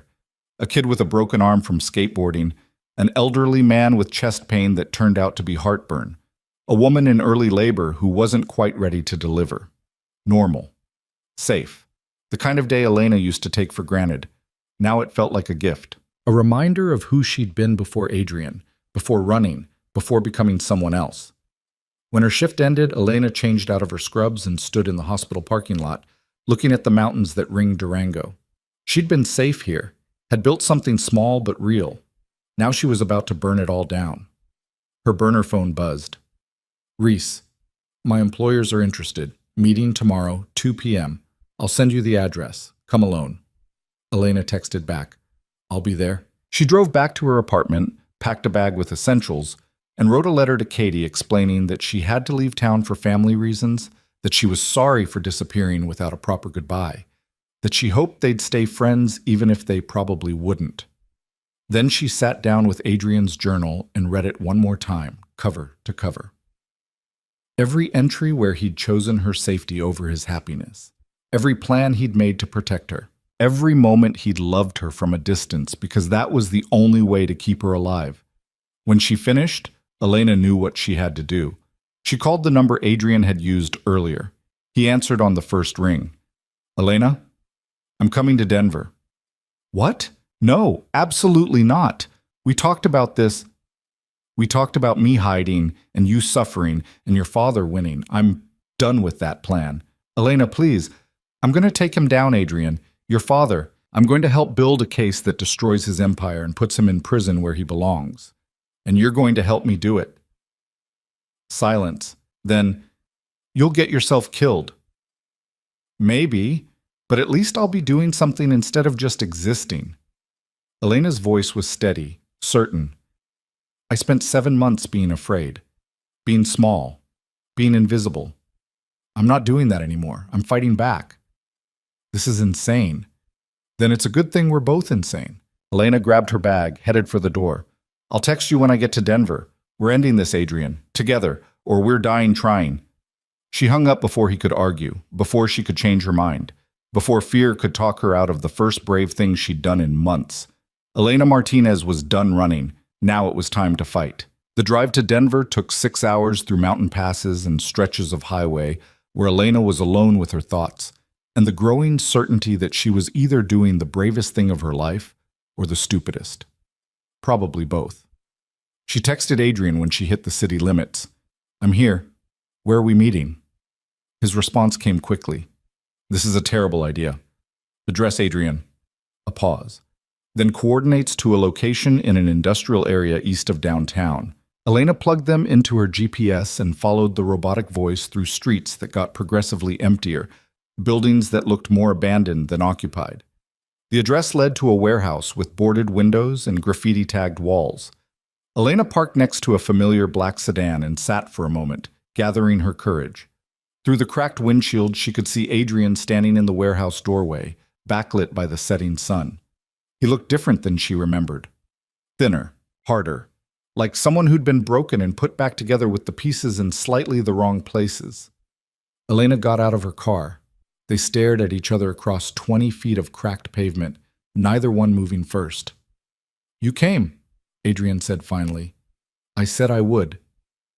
You also said you hated me. I never said that. You should have. He shoved his hands in his pockets, the gesture so familiar it made Elena's chest ache. This is stupid, Elena. Whatever plan you think you have, my father will see it coming. He always does. Then we'll have to be smarter than him. Nobody's smarter than him. That's how he's survived this long. Elena closed the distance between them, stopped just out of reach. Up close, she could see the shadows under his eyes, the new lines around his mouth. Evidence of months spent in exile, alone, grieving something he'd chosen to destroy. I read your journal, she said. Every word. Adrian's jaw tightened. Then you know why I did what I did. I know you thought you were protecting me. I know you sacrificed everything because you loved me. Elena's voice was steady, despite the tremor in her hands. But you should have trusted me enough to fight beside you, instead of making that choice alone. If I told you the truth, you would have insisted on staying, on helping, on putting yourself in danger. Yes, I would have. Because that's what you do when you love someone. You face the danger together. And if you died? If my father had killed you because I was selfish enough to want you with me? Adrian's control cracked. I couldn't live with that, Elena. I still can't. So you chose to live with losing me instead. I chose to live with you being alive somewhere, even if I couldn't be part of it. That was the only choice I could make. They stood in the fading light, the weight of 7 months and 1,000 unspoken words hanging between them. Elena wanted to touch him, to close the last few feet and prove he was real. But something held her back, not fear, but the knowledge that touching him would either heal everything or break them both completely. Reset up a meeting, she said instead. Tomorrow at 2. Her employers want to hear what we know about your father's operations. You mean what I know? You don't have information they can use. I have proof you were planning to leave. Proof you were gathering evidence. That's leverage. That's also what gets you killed. Adrian ran a hand through his hair, frustrated. You don't understand what you're dealing with. My father doesn't just eliminate problems. He makes examples of them. Slow, public, brutal examples. I know. Reese showed me the photos. Then you know this is insane. I know I'm tired of running, tired of hiding, tired of being afraid. Elena met his eyes. And I know I'm not doing this without you. So either you help me take him down, or I do it alone and probably die trying. Your choice. Adrian stared at her like she'd grown a second head. When did you get so reckless? Around the time I watched the man I loved marry someone else on television. Tends to change your perspective on acceptable risks. A ghost of a smile crossed his face. You're going to get us both killed. Probably, but we'll go down fighting. That's supposed to be comforting? It's supposed to be honest. Elena finally closed the distance, placed her hand on his chest. His heart was racing under her palm. I'm done with comfortable lies, Adrian. I want the messy, dangerous, terrifying truth, even if it destroys us. He covered her hand with his, holding it against his heart. I missed you, every single day, every single second. I know. I read it in your journal. Reading about it and hearing it are different things. Then say it again. I missed you, Elena Martinez. I missed your voice and your laugh and the way you looked at me like I was worth saving when we both knew I wasn't. His voice dropped to a whisper. I missed you so much it felt like dying. Elena went up on her toes and kissed him, soft and brief and full of 7 months of grief and longing. When she pulled back, Adrian's eyes were closed, his expression wrecked. We can't do this, he said without opening his eyes. We can't be together and fight my father. It's too dangerous. Then we'll be dangerous too. Elena, I'm not negotiating on this. We're either doing this together or I'm doing it alone. Pick one. Adrian opened his eyes, and Elena saw the moment he gave in, saw him choose her despite every logical reason not to. Together, he said quietly, but you follow my lead. You trust me when I say something's too risky. You don't take stupid chances. I'm standing in an abandoned warehouse with a crime boss's son planning to commit treason against his father. I think that ship has sailed. Fair point. Adrian stepped back, putting professional distance between them. Where's the meeting tomorrow? Reese is sending details, some office building downtown. We'll need leverage, real evidence, not just your testimony. My father has judges and prosecutors on his payroll. Witness statements alone won't be enough. What about the evidence you were gathering before? The insurance documents you mentioned? Adrian's expression darkened. I hid them. Safety deposit boxes in 3 different cities, none of them in my name. But accessing them now would trigger alerts. My father has people watching for exactly that kind of move. So we get them without triggering alerts. That's not how safety deposit boxes work, Elena. Then we find another way. You spent months building a case against him. There has to be something we can use. They spent the next 3 hours in the warehouse going through options. Adrian had digital backups of financial records stored on encrypted servers, wire transfer receipts proving money laundering, names of shell corporations used to hide assets, audio recordings of his father ordering hits, discussing bribes, casually describing violence like other people discuss the weather. This is enough, Elena said, looking at the list they'd compiled. This could actually work. This is barely scratching the surface of what he's done. But yes, it's enough to start an investigation, maybe even enough for indictments if we find the right prosecutor. Adrian closed his laptop. The hard part is staying alive long enough to deliver it. That's where Reese's people come in. And you trust them? I trust that their interests align with ours. That's good enough for now. Adrian looked at her for a long moment. You've changed. You're harder than you were. You spent 7 months in hiding, learning to survive. So did I. We both changed. Elena stood, stretched muscles stiff from sitting. Where are you staying? Hotel near the airport. Cheap, anonymous, the kind of place that doesn't ask questions. I'm staying there too. Same logic. Different hotels, I hope. Can't risk being seen together until we know it's safe. Right, of course. Elena grabbed her jacket, suddenly exhausted. The adrenaline that had carried her through the drive was wearing off, leaving behind bone-deep fatigue. I should go. Get some sleep before tomorrow. Elena, wait. Adrian crossed to her, cupped her face in his hands. Thank you for coming here, for not giving up on me even when you should have. I tried to give up on you, tried to move on, date someone else, build a normal life. Didn't work. Why not? Because nobody else was you. She leaned into his touch, letting herself have this moment. And I'd rather have 10 minutes of dangerous truth with you than a lifetime of safe lies with someone else. He kissed her then, and it wasn't gentle. It was desperate and hungry and full of 7 months of separation. Elena kissed him back just as fiercely, pouring every unsaid word into the connection between them. When they finally broke apart, both breathing hard, Adrian rested his forehead against hers. If we survive this, he said, I'm taking you to that house by the ocean, the one I promised you. If we survive this, I'll hold you to it. They separated reluctantly. Elena drove to her hotel alone, checked in under Sarah Chen's name one last time, and lay in bed staring at the ceiling. Tomorrow, she'd walk into a meeting that could either save her or destroy her. Tomorrow, she'd become a witness against one of the most dangerous men in the country. Tomorrow, everything would change. But tonight, she let herself believe in the possibility of winning, of surviving, of finally getting the future Adrian had promised all those months ago.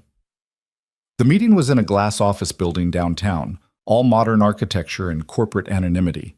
Reese met Elena and Adrian in the lobby, her expression neutral but her eyes sharp. "They're on the 15th floor, conference room B." She looked at Adrian. "You're taking a risk showing up here." "Everything about this is a risk," Adrian replied. "Might as well go all in." They took the elevator in silence. When the doors opened, a woman in a sharp suit was waiting. Mid-40s, blonde hair pulled back severely, the kind of face that gave nothing away. "Ms. Martinez, Mr. Moretti, I'm Agent Sarah Vance, FBI." She extended her hand. "Thank you for coming." Elena shook it, trying not to show her surprise. "FBI? Reese didn't mention that part." "Reese doesn't mention a lot of things. That's why we work well together." Vance led them down a hallway to a conference room where two other agents waited. "Please sit. We have a lot to discuss." The next 2 hours were brutal. Vance and her team questioned everything: Elena's timeline, Adrian's evidence, their motivations, their reliability as witnesses. They picked apart details, challenged inconsistencies, made it clear they weren't interested in vengeance or feelings, only prosecutable crimes. "Your father is careful," Vance said to Adrian. "Layers of deniability, legitimate businesses fronting for illegal operations, lawyers who know every loophole. We've been building a case against him for 3 years. What you're offering accelerates our timeline, but it doesn't guarantee success." "What do you need to guarantee success?" Adrian asked.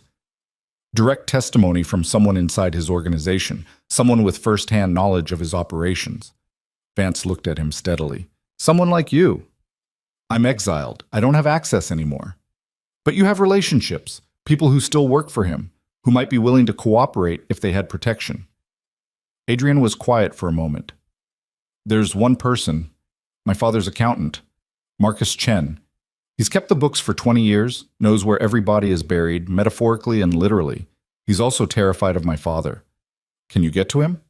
"Maybe. If I can convince him we can actually protect him." "We can protect him," Vance said firmly. "Witness protection, new identity, the full program. But he needs to give us everything. Tax records, wire transfers, communications. Everything that proves your father's criminal enterprise." Elena watched the negotiation, her role in this suddenly feeling smaller. This wasn't about her and Adrian anymore. It was about dismantling an empire that had destroyed countless lives over decades. "I'll reach out to Marcus," Adrian said finally, "but I need guarantees for him and for Elena. Full protection no matter what happens." "You're not asking for protection for yourself?" "I'm asking for it for the people I care about. What happens to me is irrelevant." Vance studied him. "You understand that testifying against your father will make you a target for the rest of your life. Even with protection, even with him in prison, his associates will want revenge." "I understand." "And you're willing to live with that?" "I'm willing to live with a lot of things if it means Elena gets to actually live instead of just hiding." Vance's expression softened slightly. "All right. Make contact with Chen. Set up a meeting. We'll handle the rest." She slid a card across the table. "That's my direct line. You run into trouble, you call immediately. Don't try to be a hero." After the meeting, Elena and Adrian stood on the sidewalk outside the building, letting the reality of what they'd just agreed to sink in. "This is really happening," Elena said. "Yeah, it really is." "Are you scared?" "Terrified. You?" "Same." Elena took his hand, lacing their fingers together. "But also relieved, like we're finally doing something instead of just surviving." Adrian squeezed her hand. "I need to call Marcus, see if he'll even take my call. And if he won't, then we find another way. We always find another way." Marcus Chen agreed to meet them that night at a diner on the outskirts of Denver. Adrian had described him as cautious and methodical, but the man who slid into their booth looked actively terrified. Late 50s, gray hair, hands that trembled as he gripped his coffee cup. You shouldn't have called me, Marcus said without preamble. Your father has people watching. If he finds out, he won't find out, Adrian interrupted. Not if you're careful. I'm always careful. That's why I'm still alive. Marcus glanced at Elena. Who's she? Someone who has as much to lose as you do. Someone who wants my father stopped. We all want him stopped. Wanting and doing are different things. What if I told you we have federal protection? Witness protection? New identity? A way out for good? Marcus laughed bitterly. Your father has reach everywhere. Prison guards on his payroll, judges, prosecutors. You think witness protection would keep me safe? I think it's safer than staying and waiting for him to decide you know too much. That landed. Marcus's expression shifted from terrified to calculating. What would you need from me? Everything.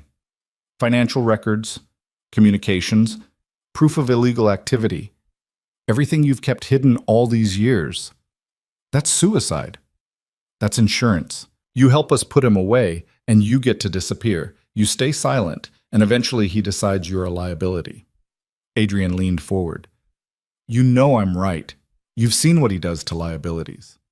Marcus was quiet for a long time, staring into his coffee like it held answers. Finally, I have copies. Digital files, encrypted, backed up in multiple locations. 20 years of every illegal transaction, every bribe, every order he gave me to hide money or cook books. Why keep copies? Same reason you're sitting here asking for them. Insurance. Leverage. Proof that if something happened to me, the truth would come out. Marcus met Adrian's eyes. Your father isn't the only one who plans for contingencies. Will you share those files with the FBI? If they can guarantee my safety, and I mean actually guarantee it, not just promises. Elena spoke for the first time. Agent Vance seems competent and motivated. She's been building this case for years. Marcus studied her. You trust her? I trust that she wants your father in prison as badly as we do. That's good enough. Maybe for you. You're young. You don't understand how deep his corruption goes. I understand that doing nothing guarantees he wins. Fighting back at least gives us a chance. Something in Marcus's expression shifted. You remind me of someone. My daughter. She had your same stubborn optimism. Your same belief that fighting back mattered. Had? She got caught in crossfire 3 years ago. Wrong place, wrong time. One of your father's hits gone wrong. Marcus looked at Adrian. He sent flowers to her funeral, expressed his condolences, like he wasn't the reason she was dead. Adrian's face went pale. Marcus, I didn't know. Of course you didn't. You were too busy trying to be different from him, too busy pretending you could escape. Marcus pulled out a USB drive, set it on the table. But maybe you're right. Maybe it's time to stop pretending and start fighting. This is the files. Everything. Tax fraud, money laundering, bribes, payoffs. Every crime he's committed that left a paper trail. Marcus pushed the drive toward Adrian. You give this to your FBI agent. You make sure it puts him away forever. And you make sure my daughter's death meant something. Elena picked up the drive with trembling fingers. Thank you. Don't thank me yet. You still have to survive delivering it. Marcus stood. Be careful, both of you. Your father doesn't lose gracefully. After Marcus left, Elena and Adrian sat in the diner booth, staring at the USB drive like it might explode. This is it, Elena said. This is enough to finish him. If we can get it to Vance without my father finding out. So we get it to her, tonight, right now. They called Vance from the diner parking lot. She answered on the second ring, listened to their explanation, and told them to meet her at a federal building in 30 minutes. The handoff was anticlimactic. Vance took the drive, plugged it into a computer, and spent 20 minutes scanning files while Elena and Adrian waited in tense silence. Finally, she looked up. This is comprehensive. Financial crimes, RICO violations, evidence of at least 15 murders for hire. If even half of this holds up in court, Moretti's going away for life. How long until you move on him? Adrian asked. We'll need to verify the evidence, coordinate with prosecutors, arrange arrests for his key associates. 2 weeks, maybe 3. That's a long time to stay hidden. Then stay hidden well. We'll provide protection starting tomorrow. Safe house, security detail, the works. But until we make arrests, you're both at risk. They were moved to a safe house the next morning, a suburban home in a bland neighborhood where everything looked normal and nothing was. 2 agents stationed outside, security cameras on every corner, strict rules about leaving or communicating with anyone. It should have felt like prison. Instead, it felt like the first safe breath Elena had taken in 7 months. She and Adrian fell into an uneasy routine. Coffee in the mornings while going over details with Vance's team. Afternoons spent giving depositions, answering questions, building the case. Evenings sitting on the couch watching terrible TV and trying to pretend their lives weren't balanced on a knife's edge. One week in, Adrian found Elena standing at the kitchen window, staring out at the ordinary neighborhood with its ordinary houses and ordinary lives. "You okay?" he asked. "Just thinking about what happens after, if we survive this." "What do you want to happen?" Elena turned to face him. "I want that house by the ocean, the one you promised. I want morning coffee and terrible jokes and boring domesticity. I want to be so unremarkably normal that nobody looks twice at us." That's a pretty modest dream for someone who just took down a crime empire. "I've had enough excitement for one lifetime, thanks." Adrian crossed to her, pulled her into his arms. "Ocean house it is. I'll even learn to cook something other than pasta." "Let's not get crazy. I like pasta." They stood like that for a while, wrapped in each other, pretending tomorrow wasn't the day Vance's team would execute the arrests, pretending they weren't waiting for violence to find them one last time. The call came at 6 a.m., Vance's voice tight with urgency. "We're moving now. Moretti got tipped off. He's trying to run. We need your testimony today. Not in 2 weeks." The next 12 hours were chaos. Elena and Adrian were transported to a federal courthouse, separated into different rooms, questioned for hours by prosecutors preparing for emergency arraignment. Through it all, Elena kept thinking about Marcus's daughter, about all the people who'd died in the crossfire of Moretti's empire, about making it mean something. At 6 p.m., Vance found her in a conference room. "We got him, and 12 of his top associates. He's in custody," bail denied, "and the prosecutors are confident about conviction." Elena felt something in her chest unclench. "It's over?"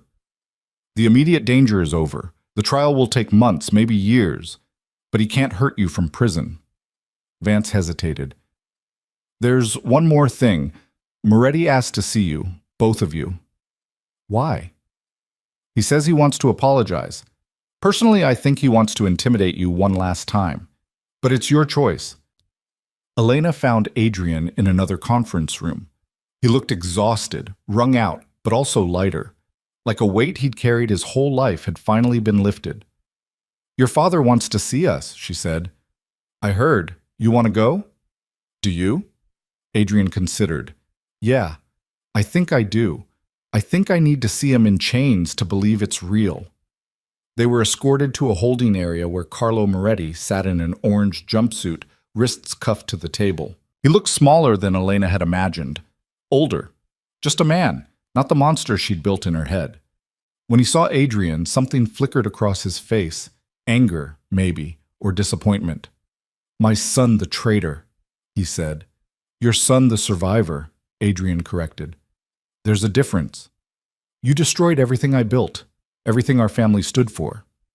You destroyed it yourself the day you started killing people to maintain power.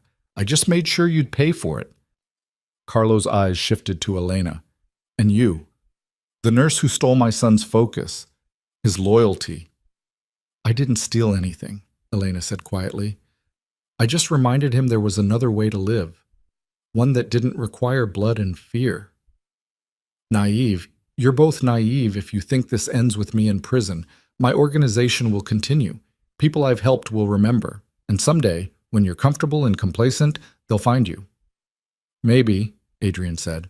"Or maybe they'll be too busy dealing with their own arrests to care about revenge. Vance's team got 12 of your top associates, remember? How many more do you think will flip to save themselves?" Carlo's jaw tightened. He looked at his son for a long moment, and Elena saw something almost like grief in his expression. "I made you strong," he said finally. "Taught you to survive in a world that eats the weak, and you used that strength against me." "You made me afraid," Adrian corrected. Mom made me strong. The people you hurt made me angry. Elena made me brave enough to fight back. Then I hope she was worth it. Worth losing your family, your legacy, your name. She was worth everything, and more. Adrian stood. Goodbye, Father. I hope prison gives you time to think about the lives you destroyed, though I doubt you will. They walked out of the holding area together. Outside, the Denver sun was setting, painting the sky in shades of orange and pink. Elena breathed in the evening air and felt something she hadn't felt in 7 months. Freedom. 3 months later, Elena stood on the porch of a small house perched on a cliff overlooking the Pacific Ocean. The house needed work, new paint, repairs to the deck, a kitchen renovation that Adrian kept putting off. But it was theirs.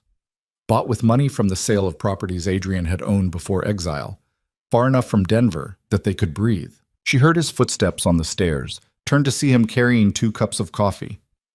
Morning, he said, handing her one. Morning yourself?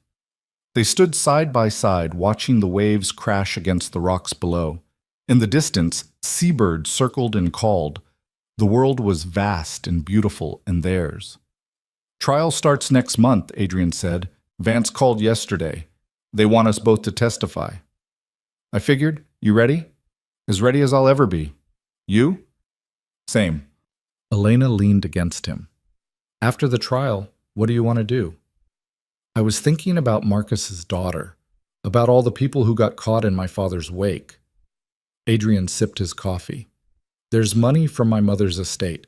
Clean money, not connected to his empire. I want to use it to start a foundation, help people who've been affected by organized crime, counseling, relocation assistance, legal support. That's a good idea. You could run the medical side, a clinic for people who need help but can't afford it.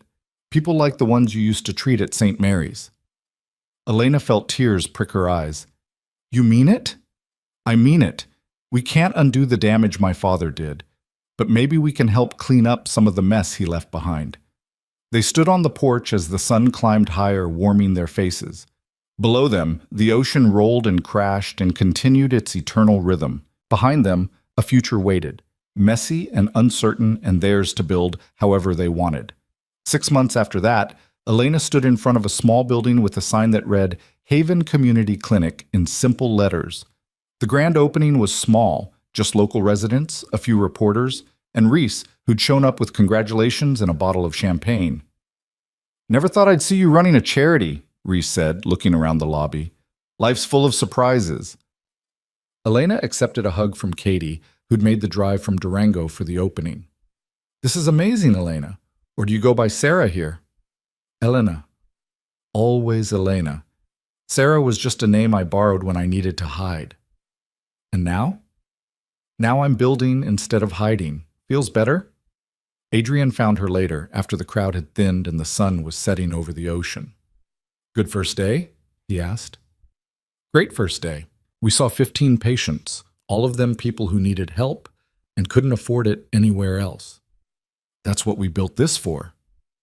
Elena looked at the clinic, at the foundation offices next door where Adrian spent his days helping people rebuild their lives after violence, at the house on the cliff where they went home every night to ordinary domesticity and extraordinary peace. Do you ever regret it? She asked. Fighting back? Everything we went through to get here? Adrian pulled her close. Not even for a second. Do you? Not one. They stood together watching the sun set, 2 people who'd survived the worst and built something beautiful from the wreckage. The trial had ended with Moretti Sr. sentenced to life without parole. His organization had crumbled. The people he'd hurt were finally seeing justice, and Elena and Adrian were finally free. I love you, Elena said, for the record, in case I don't say it enough. You say it plenty, but I'll never get tired of hearing it. Adrian kissed her temple. I love you too, for the record, and for the rest of our lives. They went home to their house by the ocean, to coffee in the morning and terrible TV at night, to the simple, ordinary, extraordinary life they'd fought for. And if some nights Elena still dreamed about rain-soaked safe houses and televised weddings, she woke up to Adrian's arms around her and remembered. They'd survived. They'd won. Not because love conquered all or because justice always prevailed, but because they'd chosen each other every single day despite the cost. Because they'd been brave enough to fight for a future instead of just accepting the one they'd been given. And that, Elena thought as she fell asleep in their house on the cliff, with the ocean singing below, was enough. More than enough. It was everything.